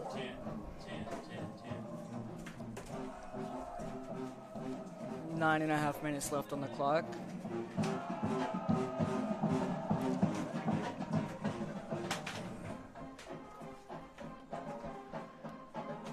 You know, the one thing Pascagoula had a little bit of success with is that long downfield pass, Yeah. and I'm curious if they're going to start trying to go to that a little bit more here, especially now that they're playing way behind. Loper just avoided the sack from Javon Anderson, throws it away. There's a flag in the backfield. We'll see what they call it. Yeah, it's going to be against us. I think Javon got a hold of the quarterback's helmet right as he was coming through.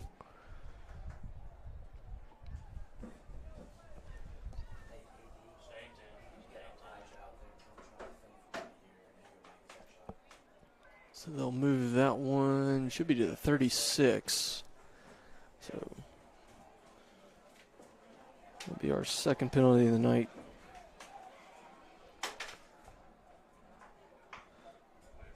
All right, 1st and down, 1st and 10 again for Pascagoula here. 9 minutes to go in the 3rd.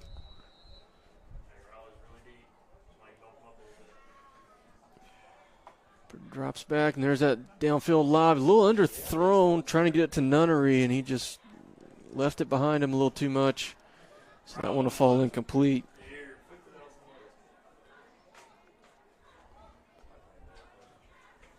But like we were just saying, I feel like we're probably going to see plays of that variety quite a bit here the rest of this game. It's, with them down 19, and that being kind of the thing they've had the most success with so far. Like in our lineup right now, Cordarius Payton, he's a good 15 yards off the ball, playing that deepest safety position. Quick hitter out there to number 13, Darius Carter. And that was Pierre again, along with Jayon Pollard in there, kind of pushing him out of bounds. So 3rd down, sponsored by Savvy Sliders, and about 3 to go here.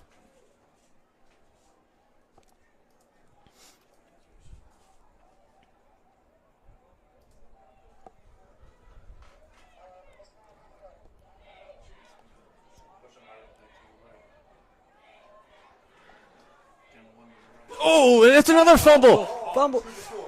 That's DeAndre Williams who forced it yet again. Picked Another up by strip sack. Javon Anderson. Javon got it. Redeemed himself after the penalty there.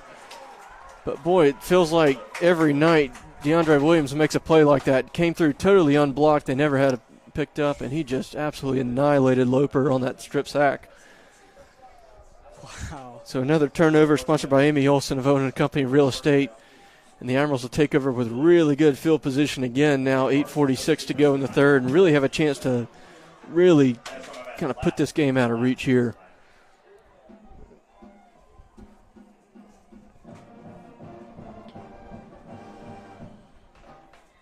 Wow, we have caused a lot of made a lot of good plays with the defense.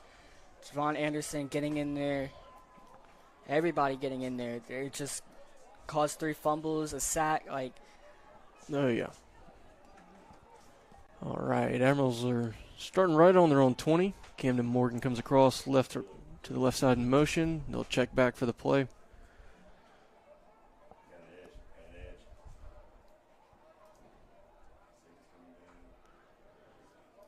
Be a handoff to Cooper to the left side, and he's fighting past the defensive line, gets a little bit downfield. It's going to be about a 5-yard pickup, so good start there to the series.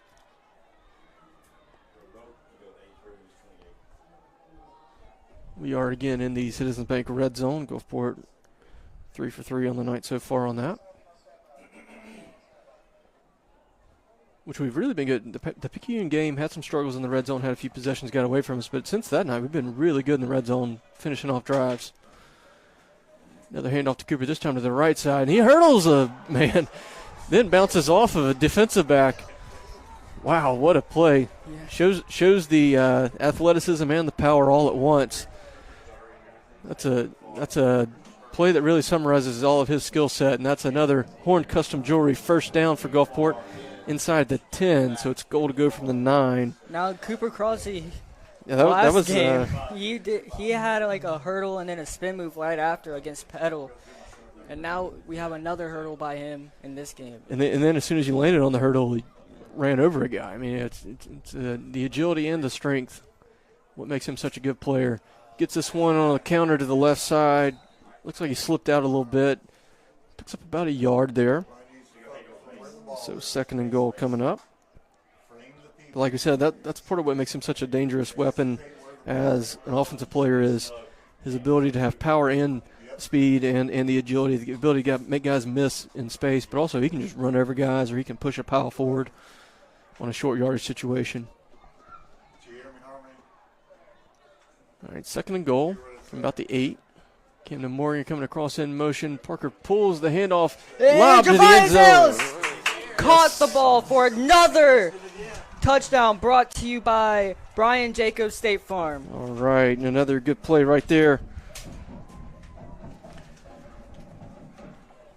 Again, like we were talking about, capitalizing on the mistakes, making Pascagoula pay for it. The turnovers, we've turned them into points. We've done a great job with that. We did it with the safety, got short field position there. We've had 2 turnovers here. Done a really, really good job with that. Carter Platt on for the PAT.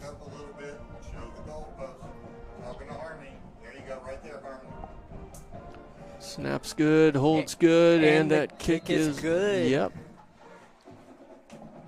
So with 6:56 left to go in the third quarter, Gulfport now leads 33-7. Next week, we will be making another road trip east to open division play at Ocean Springs on Friday, October 3rd at 7 p.m. If you can't make it there, be sure to tune in and watch us here on the WGTV live stream. And you can find that on WGTV.broadcasting on Facebook or our Huddle channel. All right, yeah, going to be a really exciting one, really big game to get us started in division play. Everybody else in our division started division play tonight, but since we have 7 teams, somebody's got to be off, and we were off the first week, so yeah. Everybody else is getting their first division game in tonight. So we'll still be 0-0 going into next week, but everybody else will have either a win or loss on their record. So really excited for that one coming up. Going to be a big game. We've had our struggles with them, but I really like the way we're playing tonight. Get some momentum built into built into that big showdown. Again, we're going to be on the road, so if you can join us, great. If not, we'll be right here on the live stream. All right, another Divine Dentistry kickoff here from Carter Platt. Chips that one towards the sideline. Oh, just out of the reach of Jayon Pollard's fingertips, and it's going to go out of bounds. Boy, if he hit that about 3 feet shorter, I think we catch it, and we steal another possession.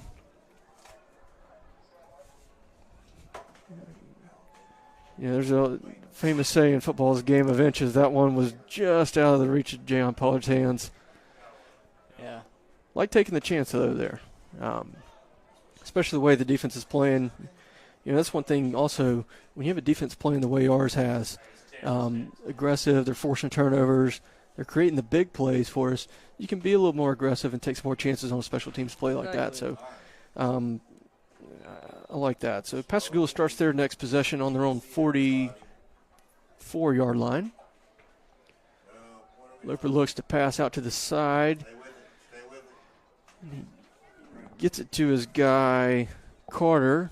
He's going to be brought down by Cortel Crandall. They're going to give him a first down just across the marker.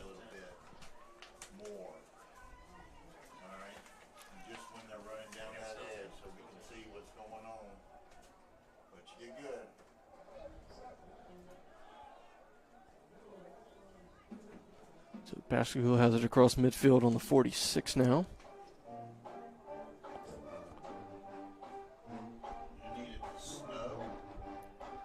Admirals bring some pressure. It gets picked up, but that pass gets out. Ladarian Pickett's got it. He's going to be tackled by Cordarius Payton around the 27. Andre Peters came in on the blitz there. Just a half second longer. If Loper had held it, he'd have been flattened there, but he got it out. Good throw and catch there. Another first down for Pascagoula. They're going to back up that mark to about the 27, actually. So one thing Pascagoula is good at doing is making deep pass plays. Yeah, that's definitely been kind of the strength of their team is the that downfield passing game. I think we're getting 5:58 left, so we're going to get that officials timeout, or as it's called, the heat timeout of this pretty pleasant night out tonight. Hey, while we're in this heat timeout, I want to pass along this announcement. We are looking for Gulfport High School alumni who would like to share their career and college experiences with junior and senior students during our upcoming seminars Thursday, October 16th. It's 9:15 to 11:15 in the morning. So if you're interested, if you're a Gulfport High School alumni and you're interested in sharing your college and career experience with students at Gulfport High School, we'd love to have you come by and do that. If you're interested, please reach out to us by October 10th. You can find information on how to RSVP on our school's Facebook page, or to reach out, you can also call the school for more information on that. But we would love to have people to come out. It's always a really good time. I know people in our community who have done that have really enjoyed the opportunity, and especially if you're an alumni, you haven't seen the school since it was updated about 8 years ago. You'd really be impressed with what we have. All right, Pascagoula's back, and Loper faked the pass, decided to scramble, and he got a few yards there. Looked like Crandall was there to make the stop, so they're going to give him about 5.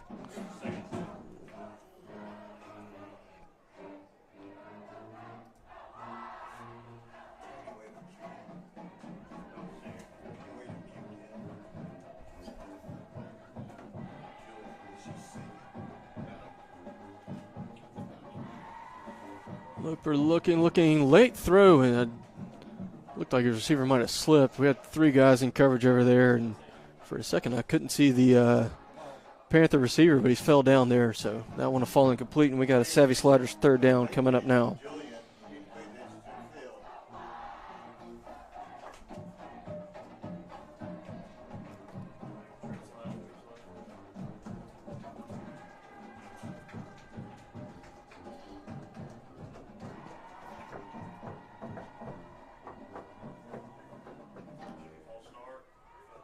Loper looking to his right, sails one deep. A lot of good touch on that ball, and it is knocked away. That is really good coverage there. Really good job there. That was DeAndre Williams picked up the guy coming on the outside wheel there. Really good coverage. Another big play from that guy. So, And it looks like yeah, they're gonna stay with yeah, their down offense. down 26 with, you know, a quarter and a half to go. I think they're gonna decide, hey, there's no way we can't go for it here. So 4th down coming up. About 5 yards to go for Pascagoula. Cooper drops a lot of pressure. He got hit hard by DeAndre Williams. Floats that one up, and it is, well, almost intercepted, but just out of the hands. Cordarius Payton is punching the ground in frustration. He didn't catch that one. But oddly enough, actually, he's going to give us. Still another turn. It's gonna actually net him dropping that. Actually nets us about 3 yards of field position. But with 5:01 to go, it is a turnover on downs. And another good stand from the Gulfport defense, which is having a really, really good game.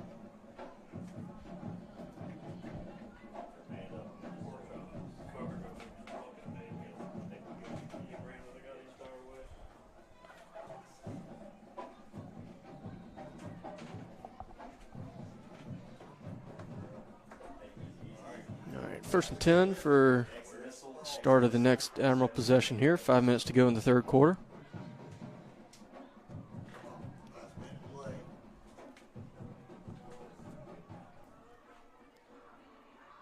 Hales comes across in motion to the right side. It's going to be a swing pass out to Cooper. Oh, had a little room to go, but he had to make an acrobatic catch. That was a really impressive catch from him actually there. Yes, he can. He'll know the role. He sure can. Tough play there, but it looks like he's going to actually get marked a little bit behind the line, so they're going to drop that one back to the 21. Really good catch, but actually cost us 1.5 yards there. So 2nd and 12. Cooper comes from the slot to the backfield. And he's going to get the handoff to the left side. Spins away from a tackler. Tries to spin away from another, but they've got 2 on him, and they're going to get him to the ground. So it'll be 3rd and 11 here on the 22.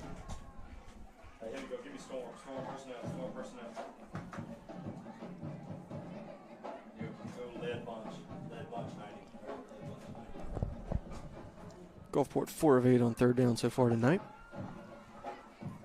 All right, we need to see everybody now. That whole group back there. Move the camera to the left. Thank you. Bunch receivers to the right. Now you got to follow the ball. X-fly 60, C-circus. They're checking back. X-fly 60, X-circus. Adjustment on the play here.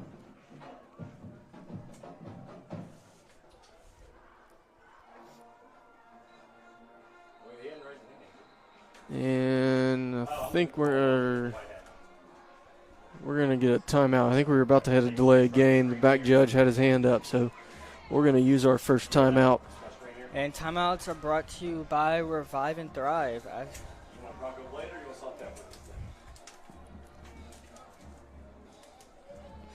Located at 1073 Acadian Drive in Gulfport. Come enjoy their saunas, cold plunges, contrast therapy, and rejuvenating salt room, or even shut out the world in their sensory deprivation float suite. With state-of-the-art equipment and over a decade of combined experience in the field, these Gulfport High alumni are ready to tailor their services to empower you to thrive. So whether you're getting ready for your next big event or just wanting to feel rejuvenated in your daily life, contact Revive and Thrive to book an appointment or ask about membership options today. All right, so breaking the huddle from that timeout, we are again looking at 3rd and 11 here, late in the 3rd quarter. Admirals up 33-7.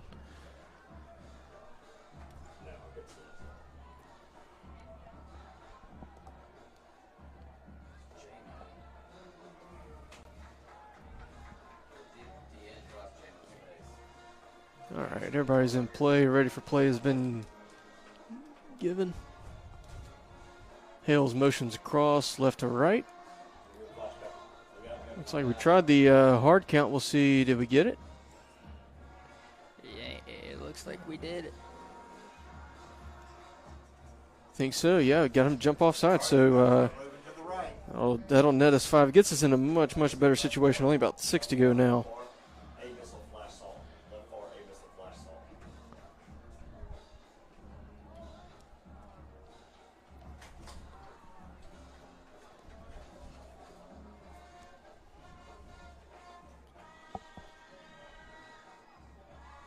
Stubbs comes across in motion this time.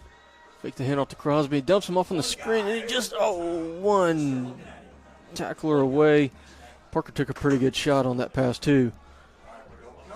So it'll be 4th down. Yeah, Malachi just kind of stayed there watching and ran right around. When you zoom in, that was perfect. You got to stay there. But so Carter Plow to come on for another punt.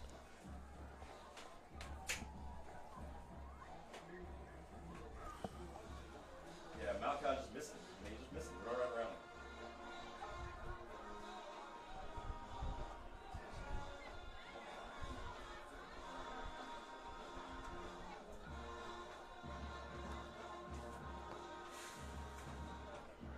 Clean snap from Braxton Boswell. Carter getting like a top spinner there. It's going to roll a pretty good way. Pascagoula's actually there. Well, dangerous decision to pick it up.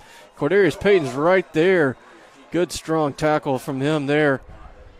They're going to give him forward progress at the 23, but another good special teams play, man. Feels like every punt we're calling his name. Cordarius getting down there on the field. Really good job by him getting down there covering that punt. So, again, big change in field position. Again, special teams really been becoming a strength of this team. That was kind of a wait and see thing coming into the season. Also, like we talked about with the offensive line earlier, new personnel. Last year we had a different place kicker, different punter, and had a really good punting game last year. Carter's coming in and doing both, and he's been really, really impressive, I think, all season long on that. Pascagoula's next possession is going to start with a little wide receiver screen to Nunnery, and he's going to reverse field, try to come back towards the middle. He's getting pursued and tackled from behind. Looks like that might have been Cortell Crandall. Caught him finally by the ankles, and that's going to be a lot of running, and I don't think he gained a bit. Top left and all that empty space, you're going to have to compensate for that. Move up a little bit and zoom in just a little. Up. So 2nd and 10 coming up. All right, pull out just a hair. It's going to be a handoff to Norval, and he breaks through the first line, and Trey Peters wrapped him up. Pierre Fielder came in to finish him off. Healthy pickup, gets around the 30, so it's going to be Savvy Sliders 3rd down and 2, maybe 3 to go here, depending on how they spot it. Took a pretty good shot there from Pierre. We got a stoppage. I think that's for injury.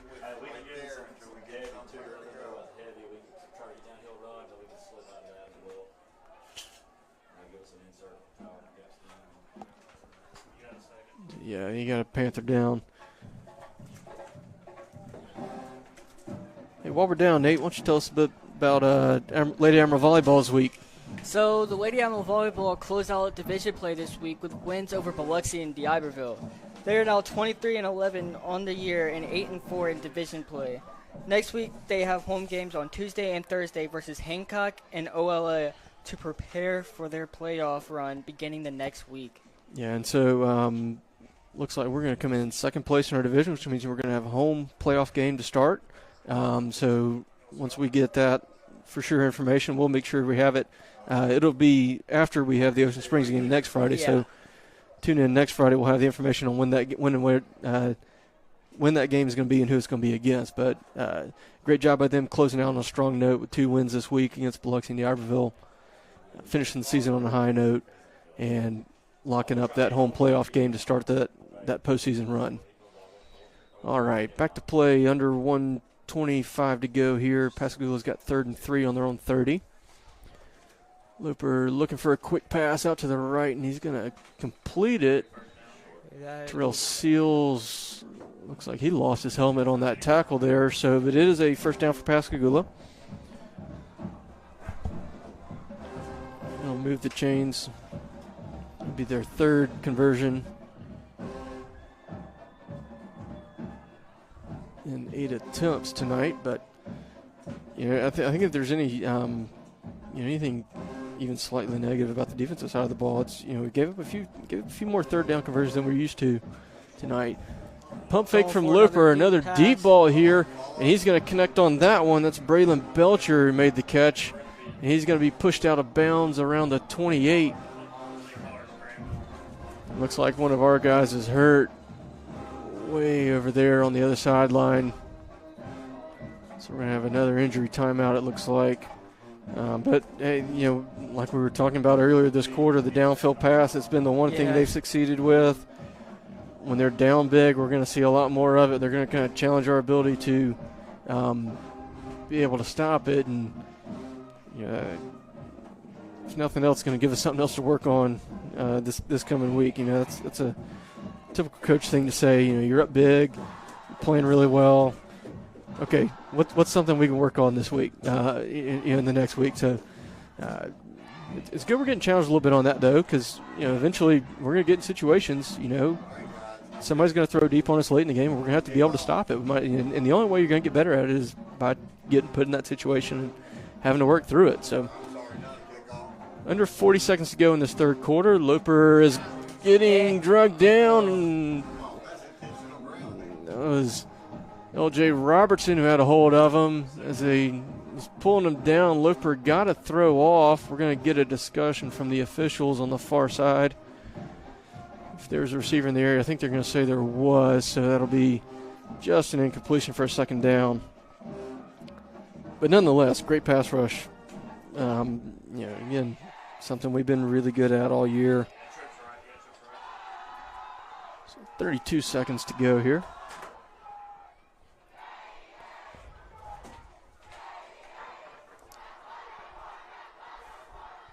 More pressure on Loper again. Quick hitter there to Pickett, and he is going to get wrapped up by about 4 or 5 Admirals who really did a good job swarming to the ball. Pierre Felder, Jamarian Davis in on that one.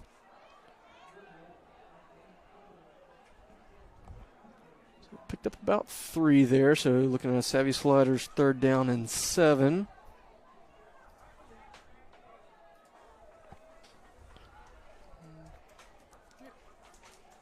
And that's the end of the third quarter. All right, so we'll step away for a minute. Headed to the fourth. Admirals lead 33-7.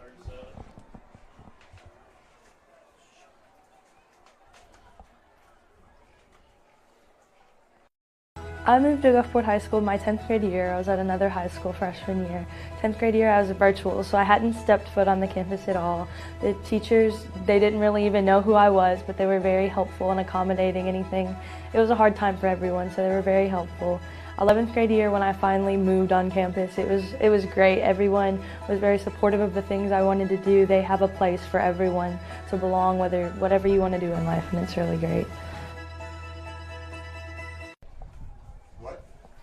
All right, we are back for the final quarter of play tonight. Admirals up 33-7 here in Pascagoula. Final night of non-region play. Again, as we discussed, we have the off week first. Everybody else in the division is having a region game tonight, so we're joining in late on it. So final night of non-region play, going really well so far, Nate. We jumped out to a big lead early. We had the safety right away.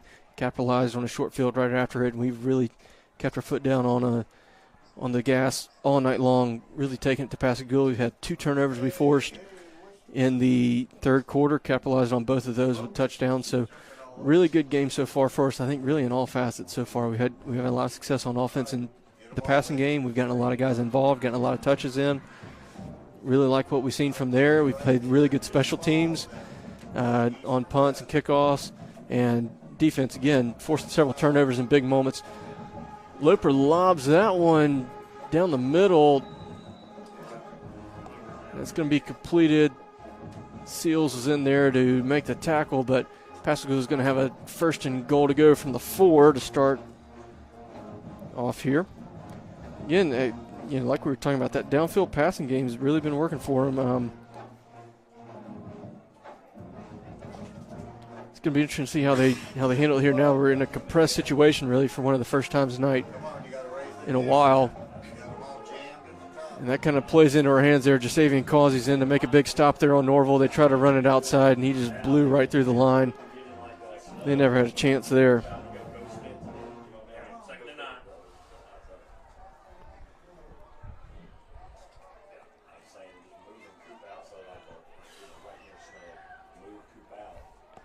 That's going to back them up. That's about a 5-yard loss. They're going to drop them back to the 9. 2nd and goal there. Looper's looking to his left, tries to get an out route, come back, but goes a little too far. And Seals and Peyton in coverage there. Did a good job of sticking with the receiver. So 3rd and goal from the 9 here. Another Savvy Sliders 3rd down.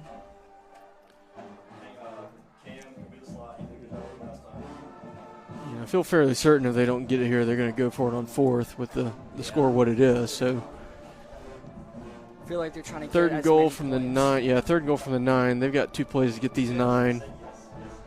So I'm interested in seeing how they approach this play call here. Yeah, you got a lot of dead space there, Army. Looper drops, looking to his right this time, lobs it to the back corner, and that is caught for a Pascagoula touchdown by Ladarian Pickett. Just kind of slipped in behind the guys in coverage and found a bit of open space. So Pascagoula gets their 2nd score of the night.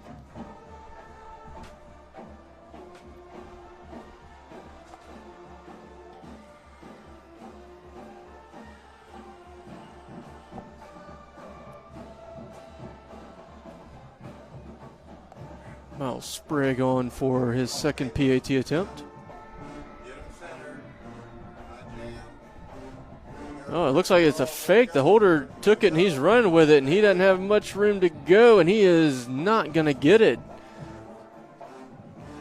Trey Peters ran him down, and it was unusual little fake kick and run.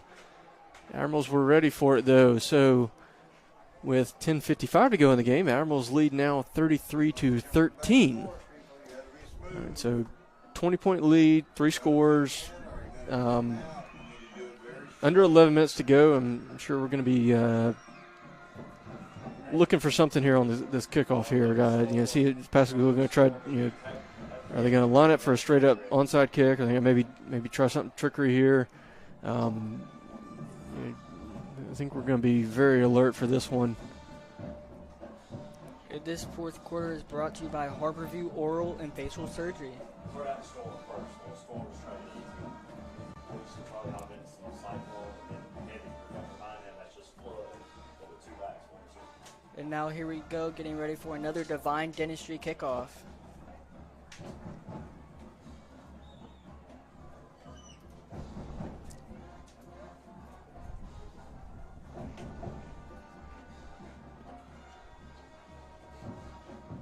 Pascagoula kind of taking their time getting out here for this kickoff. Wonder if that was maybe due to them trying to discuss how they want to approach this one. Again, down 20 in the 4th quarter. I think we're going to be trying to look for something out of the ordinary here.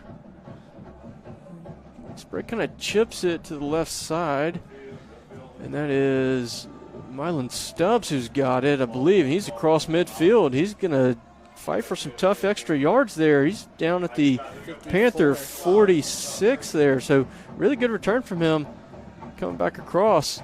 And that's going to be more good field position for us. Yellow Rock X Missile 61A option.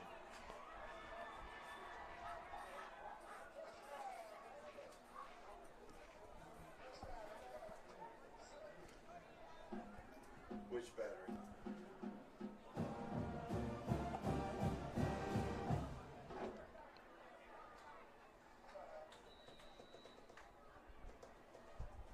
How much was left on the All right, 1st and 10 for the Admirals on the Panther 46. transmitter? Hales comes across in motion left to right. Oh, well, the game will be over in less than that. Quick hitter to Mylan Stubbs. He just had a good kick return, and it's a little bit high. Couldn't quite get his hands around it. So that'll fall incomplete and be 2nd and 10. Cyclone.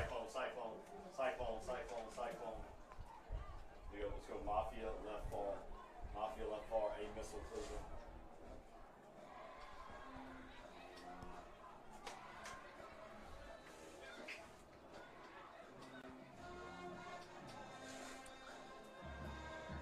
All right, Army, a little to your left. A little more. This time Cooper comes in motion from the slot. It's going to be a handoff, and ooh, big hit there. Good carry there from Maji Frederick. Took a pretty good shot there from Creevy Harness, Pascagoula defensive back. Heavy. That's Jay. Jay's got to go. Hey, we're in true down territory right here, right? Let's go heavy right. They're going to mark that one right at the 40. And let's see. Hey, so look, I'm looking, just go. Yellow heavy right. Yeah, there you go. Stop and play. We're going to bounce back really quick here. Right. Yellow heavy right, 28. Yellow heavy right, 28. All right, 3rd and about 4 to go here. Clock running under 10 and a half left in this one. All right, come in just a little bit, Harmony. Not up, down. Yeah, right there. Mills takes the snap, hands off to Crosby. Good blocking up front. Cooper hit the hole really well there, and he is across for a Horn Custom Jewelry first down. Heavy right 90. Heavy right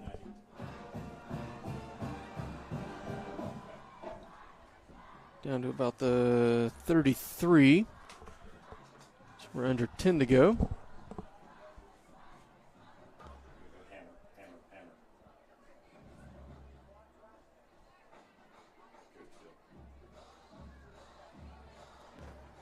All right, stay with it. Another handoff here to Crosby, and they're starting to have some success on the ground game.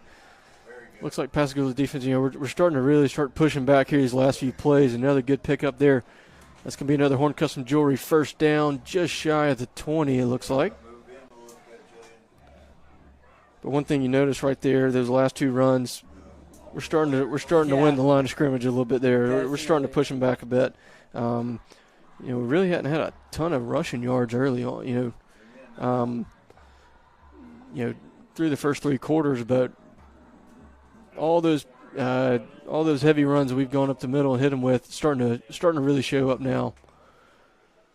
Another handoff to Cooper Crosby. Yeah, it looked like he's getting chased down from behind there, but it looked like he might have slipped a little bit.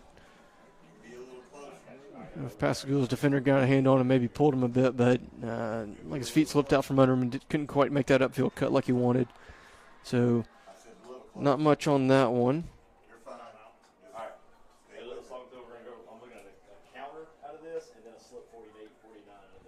And looks like one of Pascagoula's players was shaking up a little bit. Trevion Averhart on the defensive line. He's hops off pretty quickly, though.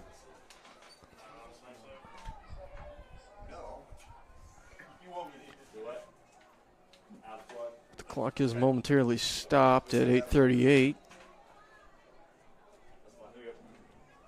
Our guys are not going to hurry too much to get out there. We like to use the play clock as much as we can, even though we can't see it.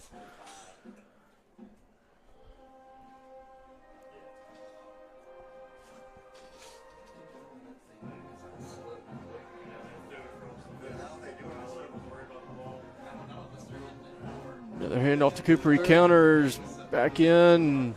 He's going to fight for those tough yards we know he loves to get. It's going to be about 7 on the pickup, so 3rd down is short coming up. Spot that one at the 16. So, yeah, 3rd and 3 here. Admirals 5 out of 10 on 3rd down so far tonight. One thing about it, 3rd and short's really been a pretty good strength for our offense so far. I think we were maybe 6 or 7 or 7 for 8 on the year coming into tonight on that. Really good when we get in that 3rd and short. We can run power and really get after them on the offensive line. Cooper gets this one, makes the first guy miss, makes the second guy miss, makes the third guy miss. Now he's fighting forward. He's going forward more, fighting for those extra yardage. He's inside the 5. Another Horn Custom Jewelry first down, and that is just a absolute man run right there. I mean, he is really showing out his skills on those. So we are in the Citizens Bank red zone. 1st and goal on the 4.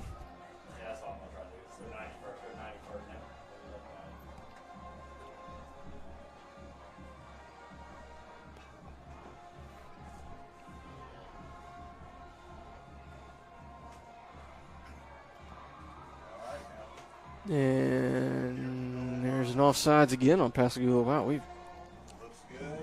they don't want to say this was about the fourth one that we've gotten them on tonight, I think. Yeah.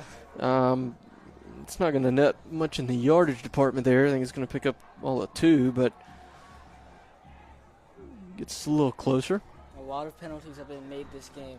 Yeah, that's their 10th that we've accepted tonight. So Tiny bit. Stay with it right there. power handoff to Cooper, and he's fighting through, and he's across, and it's another Brian Jacobs State Farm touchdown.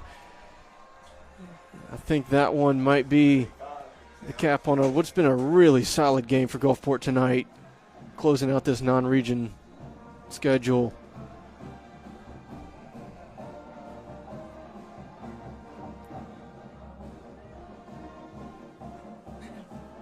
That's good.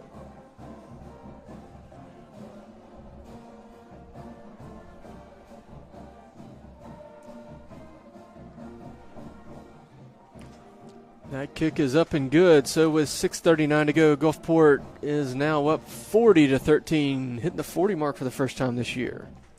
Ready to rep your brand and style? Coastal Prints specializes in custom screen printing and embroidery that makes your business, team, or event stand out. From crisp t-shirts to detailed hats and uniforms, Coastal Prints can stitch or print it. Call them today at 228-COASTAL. That's 228-262-7825 to start your order. Visit them at 13334 Seaway Road, Suite 101 in Gulfport. And as I got done reading that ad, we're now on to another Divine Dentistry kickoff.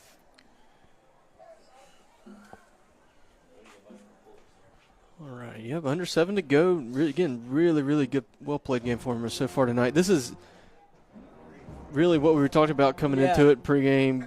This is what we wanted to see. Close games, exciting games. We like those. Those are fun, but it's nice to get a real beat-down win against an opponent here. Yeah. Platt chips that one to around the 32. Ladarian Pickett, who's scored on us already a few times on offense, got it, and he's across the 50, and he's going to be pushed out of bounds around the 40. So Pascagoula is going to have pretty good field position there.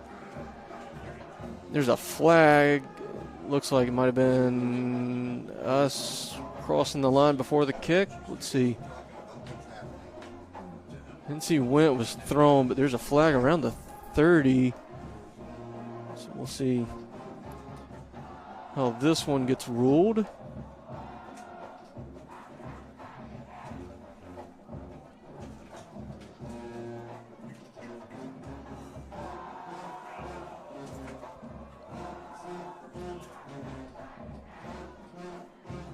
They're going to walk it off to, looks like the 24. So Pascagoula is going to get really good field position to start this one off.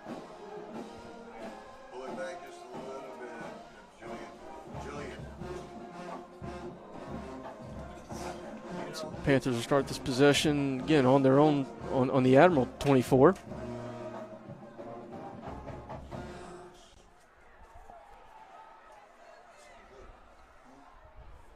Looper, plenty of time in the backfield there. Looks like he hit Pickett there, and that'll be a first down for Pascagoula.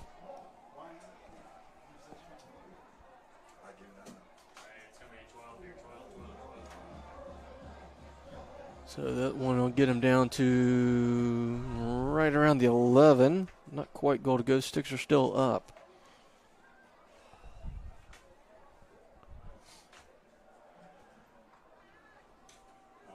Hands that one off, bouncing to the outside, and you're going to pick up a good bit of yardage there. Cordarius Payton in on the tackle around the 4.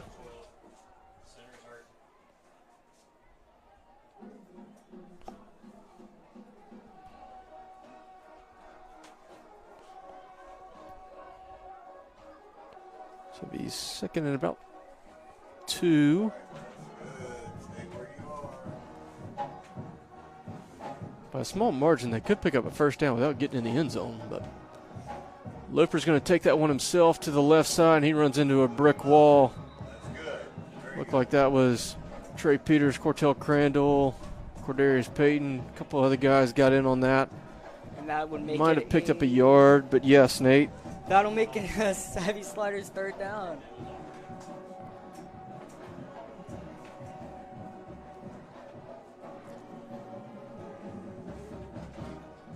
Yeah, got about a yard to go here.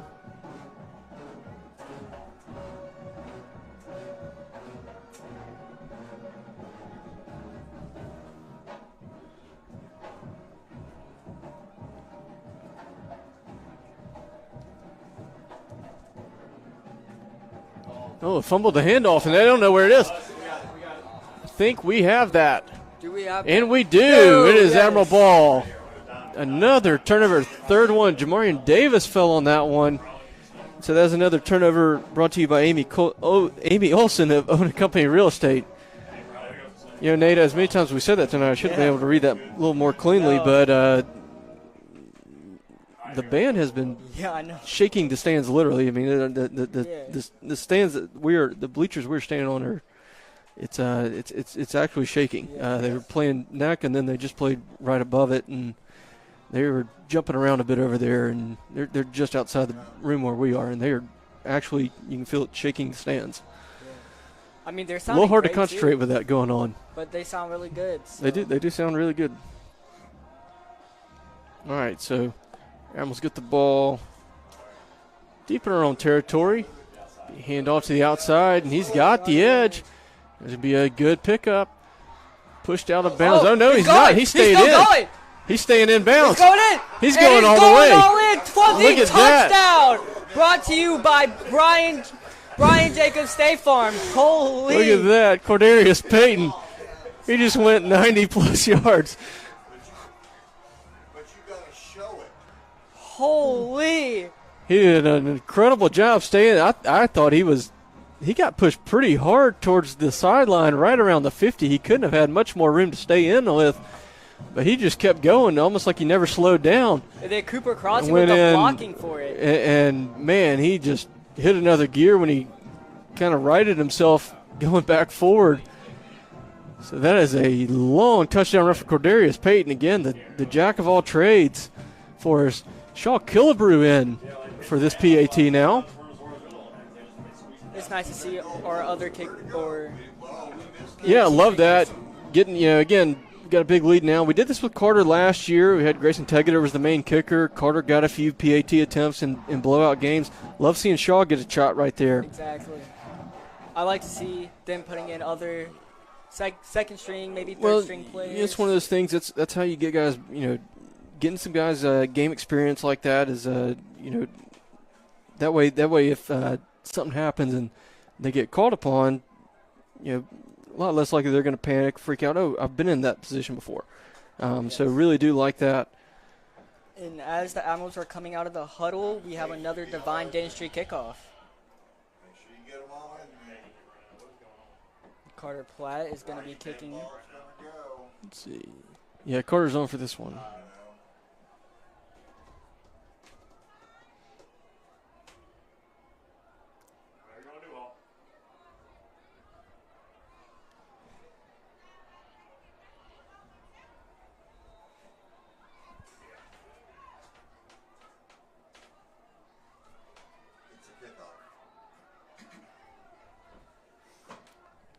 Carter blast this one. Doesn't quite make it to the end zone. Nunnery picks it up around the 4. They try to reverse. And that would be Admirals do not get fooled by that one. 20 or 21. Really big hit there from Dalen Socher there on the return man. So, yeah, they're going to spot that around the 21. So there's a flag. It's going to be a block in the back on Pascagoula, so.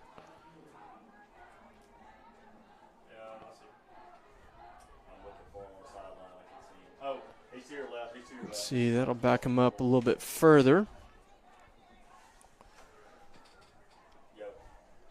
And as we're waiting for the play and watching this game, I'd like to tell y'all about our 9th grade football team because they beat Ocean Springs with 27-6 on Monday night to move to 4-1 on the year. And now they play Harrison Central on Monday next week. Yeah, so they'll make the trip up the road, face Harrison Central. But, again, another good game from them this week. Continued a really good season so far. All right, Pascagoula's starting this possession on their own 11, down 47-13, 4.5 to go in the game. Quick pass out, and Nunnery's got that one. He breaks a tackle, and now Tyrell Seals is going to get him along with Pierre Felder right around the 45. It'll be a first down for Pascagoula. Pickup of about 34 there.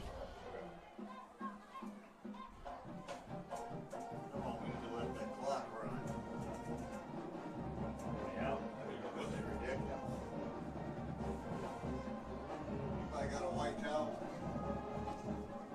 They need it. 4 minutes to go. Panthers with the ball on their own 45. Looper looks like he was going to try to run with it. Now he throws it. There's nobody in the area, right?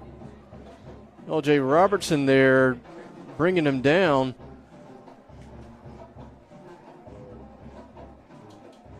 Guess they're going to say he did have a receiver in the neighborhood, but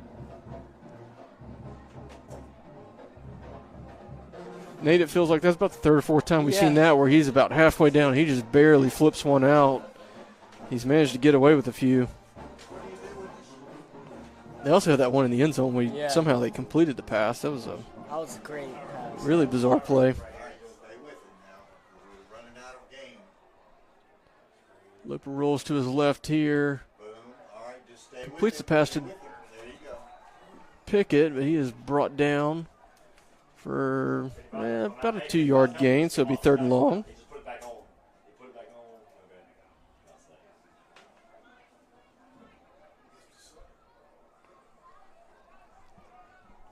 That would be a Savvy Slaughter's 3rd down.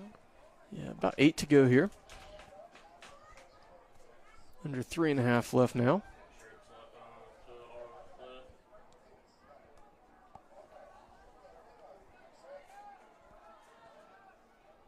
Really goes for the long one down there, and that is intercepted. It's Pierre Felder with it, and he's got a head of steam ahead of him, and took a big hit up high, just short of the midfield line, but that is one great play right there.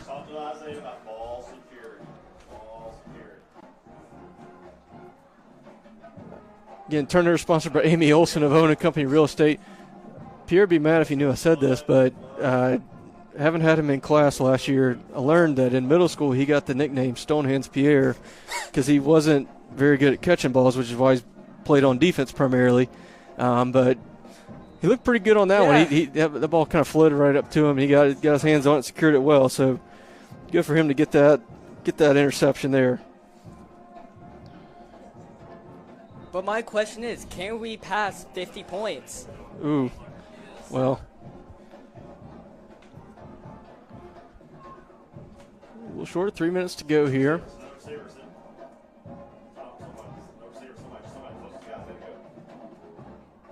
All right, just short of midfield.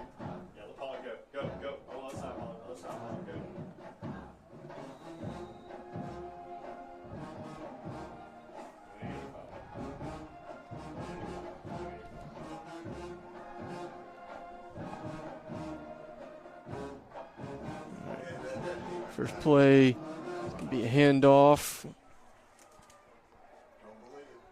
It's Isaiah Ellison in there. Got that carry. Good pickup, about 4 yards there. I just realized this. We just changed all of our Yeah, we've got a new line in now. So again, kind of like what we talked about with the kick there, the PAT on the last one. Let's get some other guys some playing time here. Let them get on the field. I think that's David Calicott up top who's going to get called for the false start. He was really excited to run that route right there. But like we said, get some other guys some playing time in so that way situation arises, later on in this season in these important division games coming up.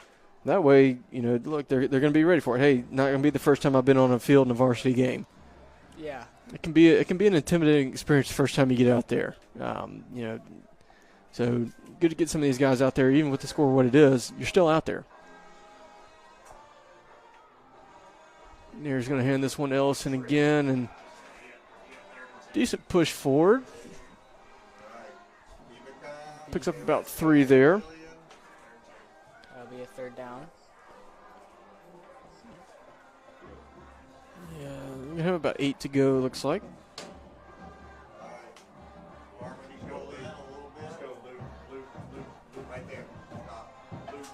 So we're under 2 minutes to go in this one.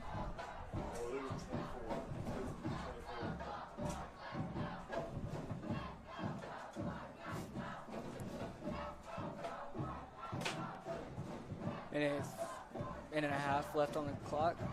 Oh, Ellison gets cut this in. one. He's got a break. And he's going. He's going all the way. He's all the way to another touchdown. Brought to you by Brian Jacobs State Farm. 52 yards there for Isaiah Ellison. What a great play right there. Good job by the guys on the O-line. They are all fired up. They got down there so quick to celebrate with him. And we just answered my question. We did surpass 50 points. Surpassed 50. I don't think I've ever seen that watching a varsity game at the high school. Yeah, given the fact that we only play 48 minutes of regulation time, it's kind of hard to do that. Almost don't have a whole lot of time to get to that number. But we're there now, and Shaw Killebrew on for his second PAT of the night. Hits that one really high. Looks like he just slipped under it, so that one's going to slide a little bit to the right. So that's no good, but with 1:20 to go, Gulfport leads 53-13. By the way, looking at this, that 52-yard touchdown run is going to be important to some other guys, too, because that puts us at 250 rushing yards on the night. That is a significant number to some people. That is a lot. As longtime listeners may remember from last year, our offensive line, Coach Justin Jones, has got to deal with the O-linemen, the big guys up front, 250 on the ground, and he provides them breakfast one day next week. So I think they're going to be very excited when they see this one later on. And we know Coach Pinnock is very happy right now. Yeah, like we said, Nate, everything we needed to accomplish tonight, I think we checked all the boxes for what we were looking for out of this game. We wanted a solid start. We wanted to play clean. We've done that mostly. We haven't had a lot of, back-breaking penalties, anything silly, anything like that. We played a really solid game in all 3 phases. We covered punt well on special teams a few times. We had some good kick returns. Came really close twice to getting an onside kick. Defense has forced some turnovers. Offense, no turnovers. Also very important. Wow. And touchback. Yeah, that was Shaw Killebrew who got that shot on the Divine Dentistry kickoff, and he is going to get his first touchback. And the clock is not stopping here as we are at the final minute of this one. Wow.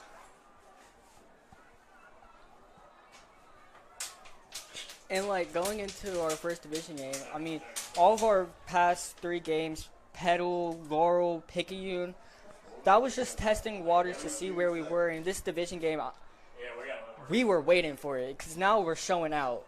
Yeah, this is definitely the best performance of the season by far. Really, we're feeling good. We're on a strong note coming into it. While we're wrapping up, one quick thing, wanted to fit this in. GHS Cross Country hosted the Admiral Bayou Classic last weekend, our home meet.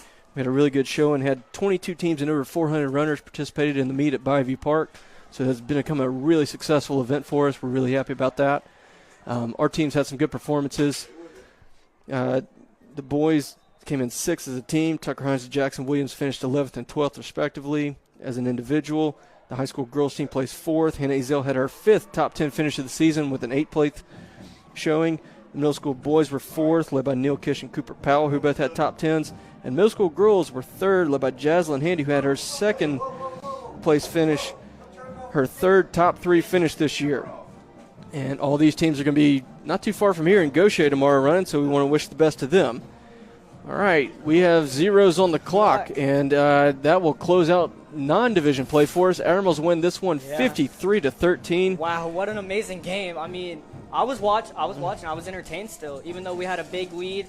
Actually, getting a huge lead without any points on the board. I was still entertained. We had some really good plays, really big plays coming from Cooper Crosby, Parker, Javius Hales, all those touchdowns. Yeah, so final look at the stats here. We had 374 yards on offense. Parker was 13 for 21, 124 yards, 2 touchdowns. Cooper Crosby, 23 carries for 83 yards, 2 scores. He also had 3 catches for 31 yards and a touchdown. Javius Hill, 65 yards on 5 catches and a touchdown. Majah Frederick had a 21 yards on the ground and a score. And, of course, Cordarius Payton right at the end had a 92-yard touchdown, ends up being the leading rusher on the evening. But most importantly, 0 turnovers. Pascagoula had 337 yards on offense, 308 through the air, only 29 on the ground. Great job our defense controlling the ground game and, again, forcing those fumbles in the end. So really good performance for us. Again, next week we're at Ocean Springs, another road game. If you can't make it, join us here on the live stream to open up division play. It's a game we've been waiting for a full year since we were last over there. Everybody knows they're the big dogs. They're the ones we're chasing. We want to win our division. We've got to get through them. They had a huge lead on Biloxi at halftime, I believe I was told, so no surprise there. So join us next week, either there or on the stream. But for the best crew in the game, WGTV crew, Nate Coleman, this is Jake Chambliss. Thanks. Go Admirals.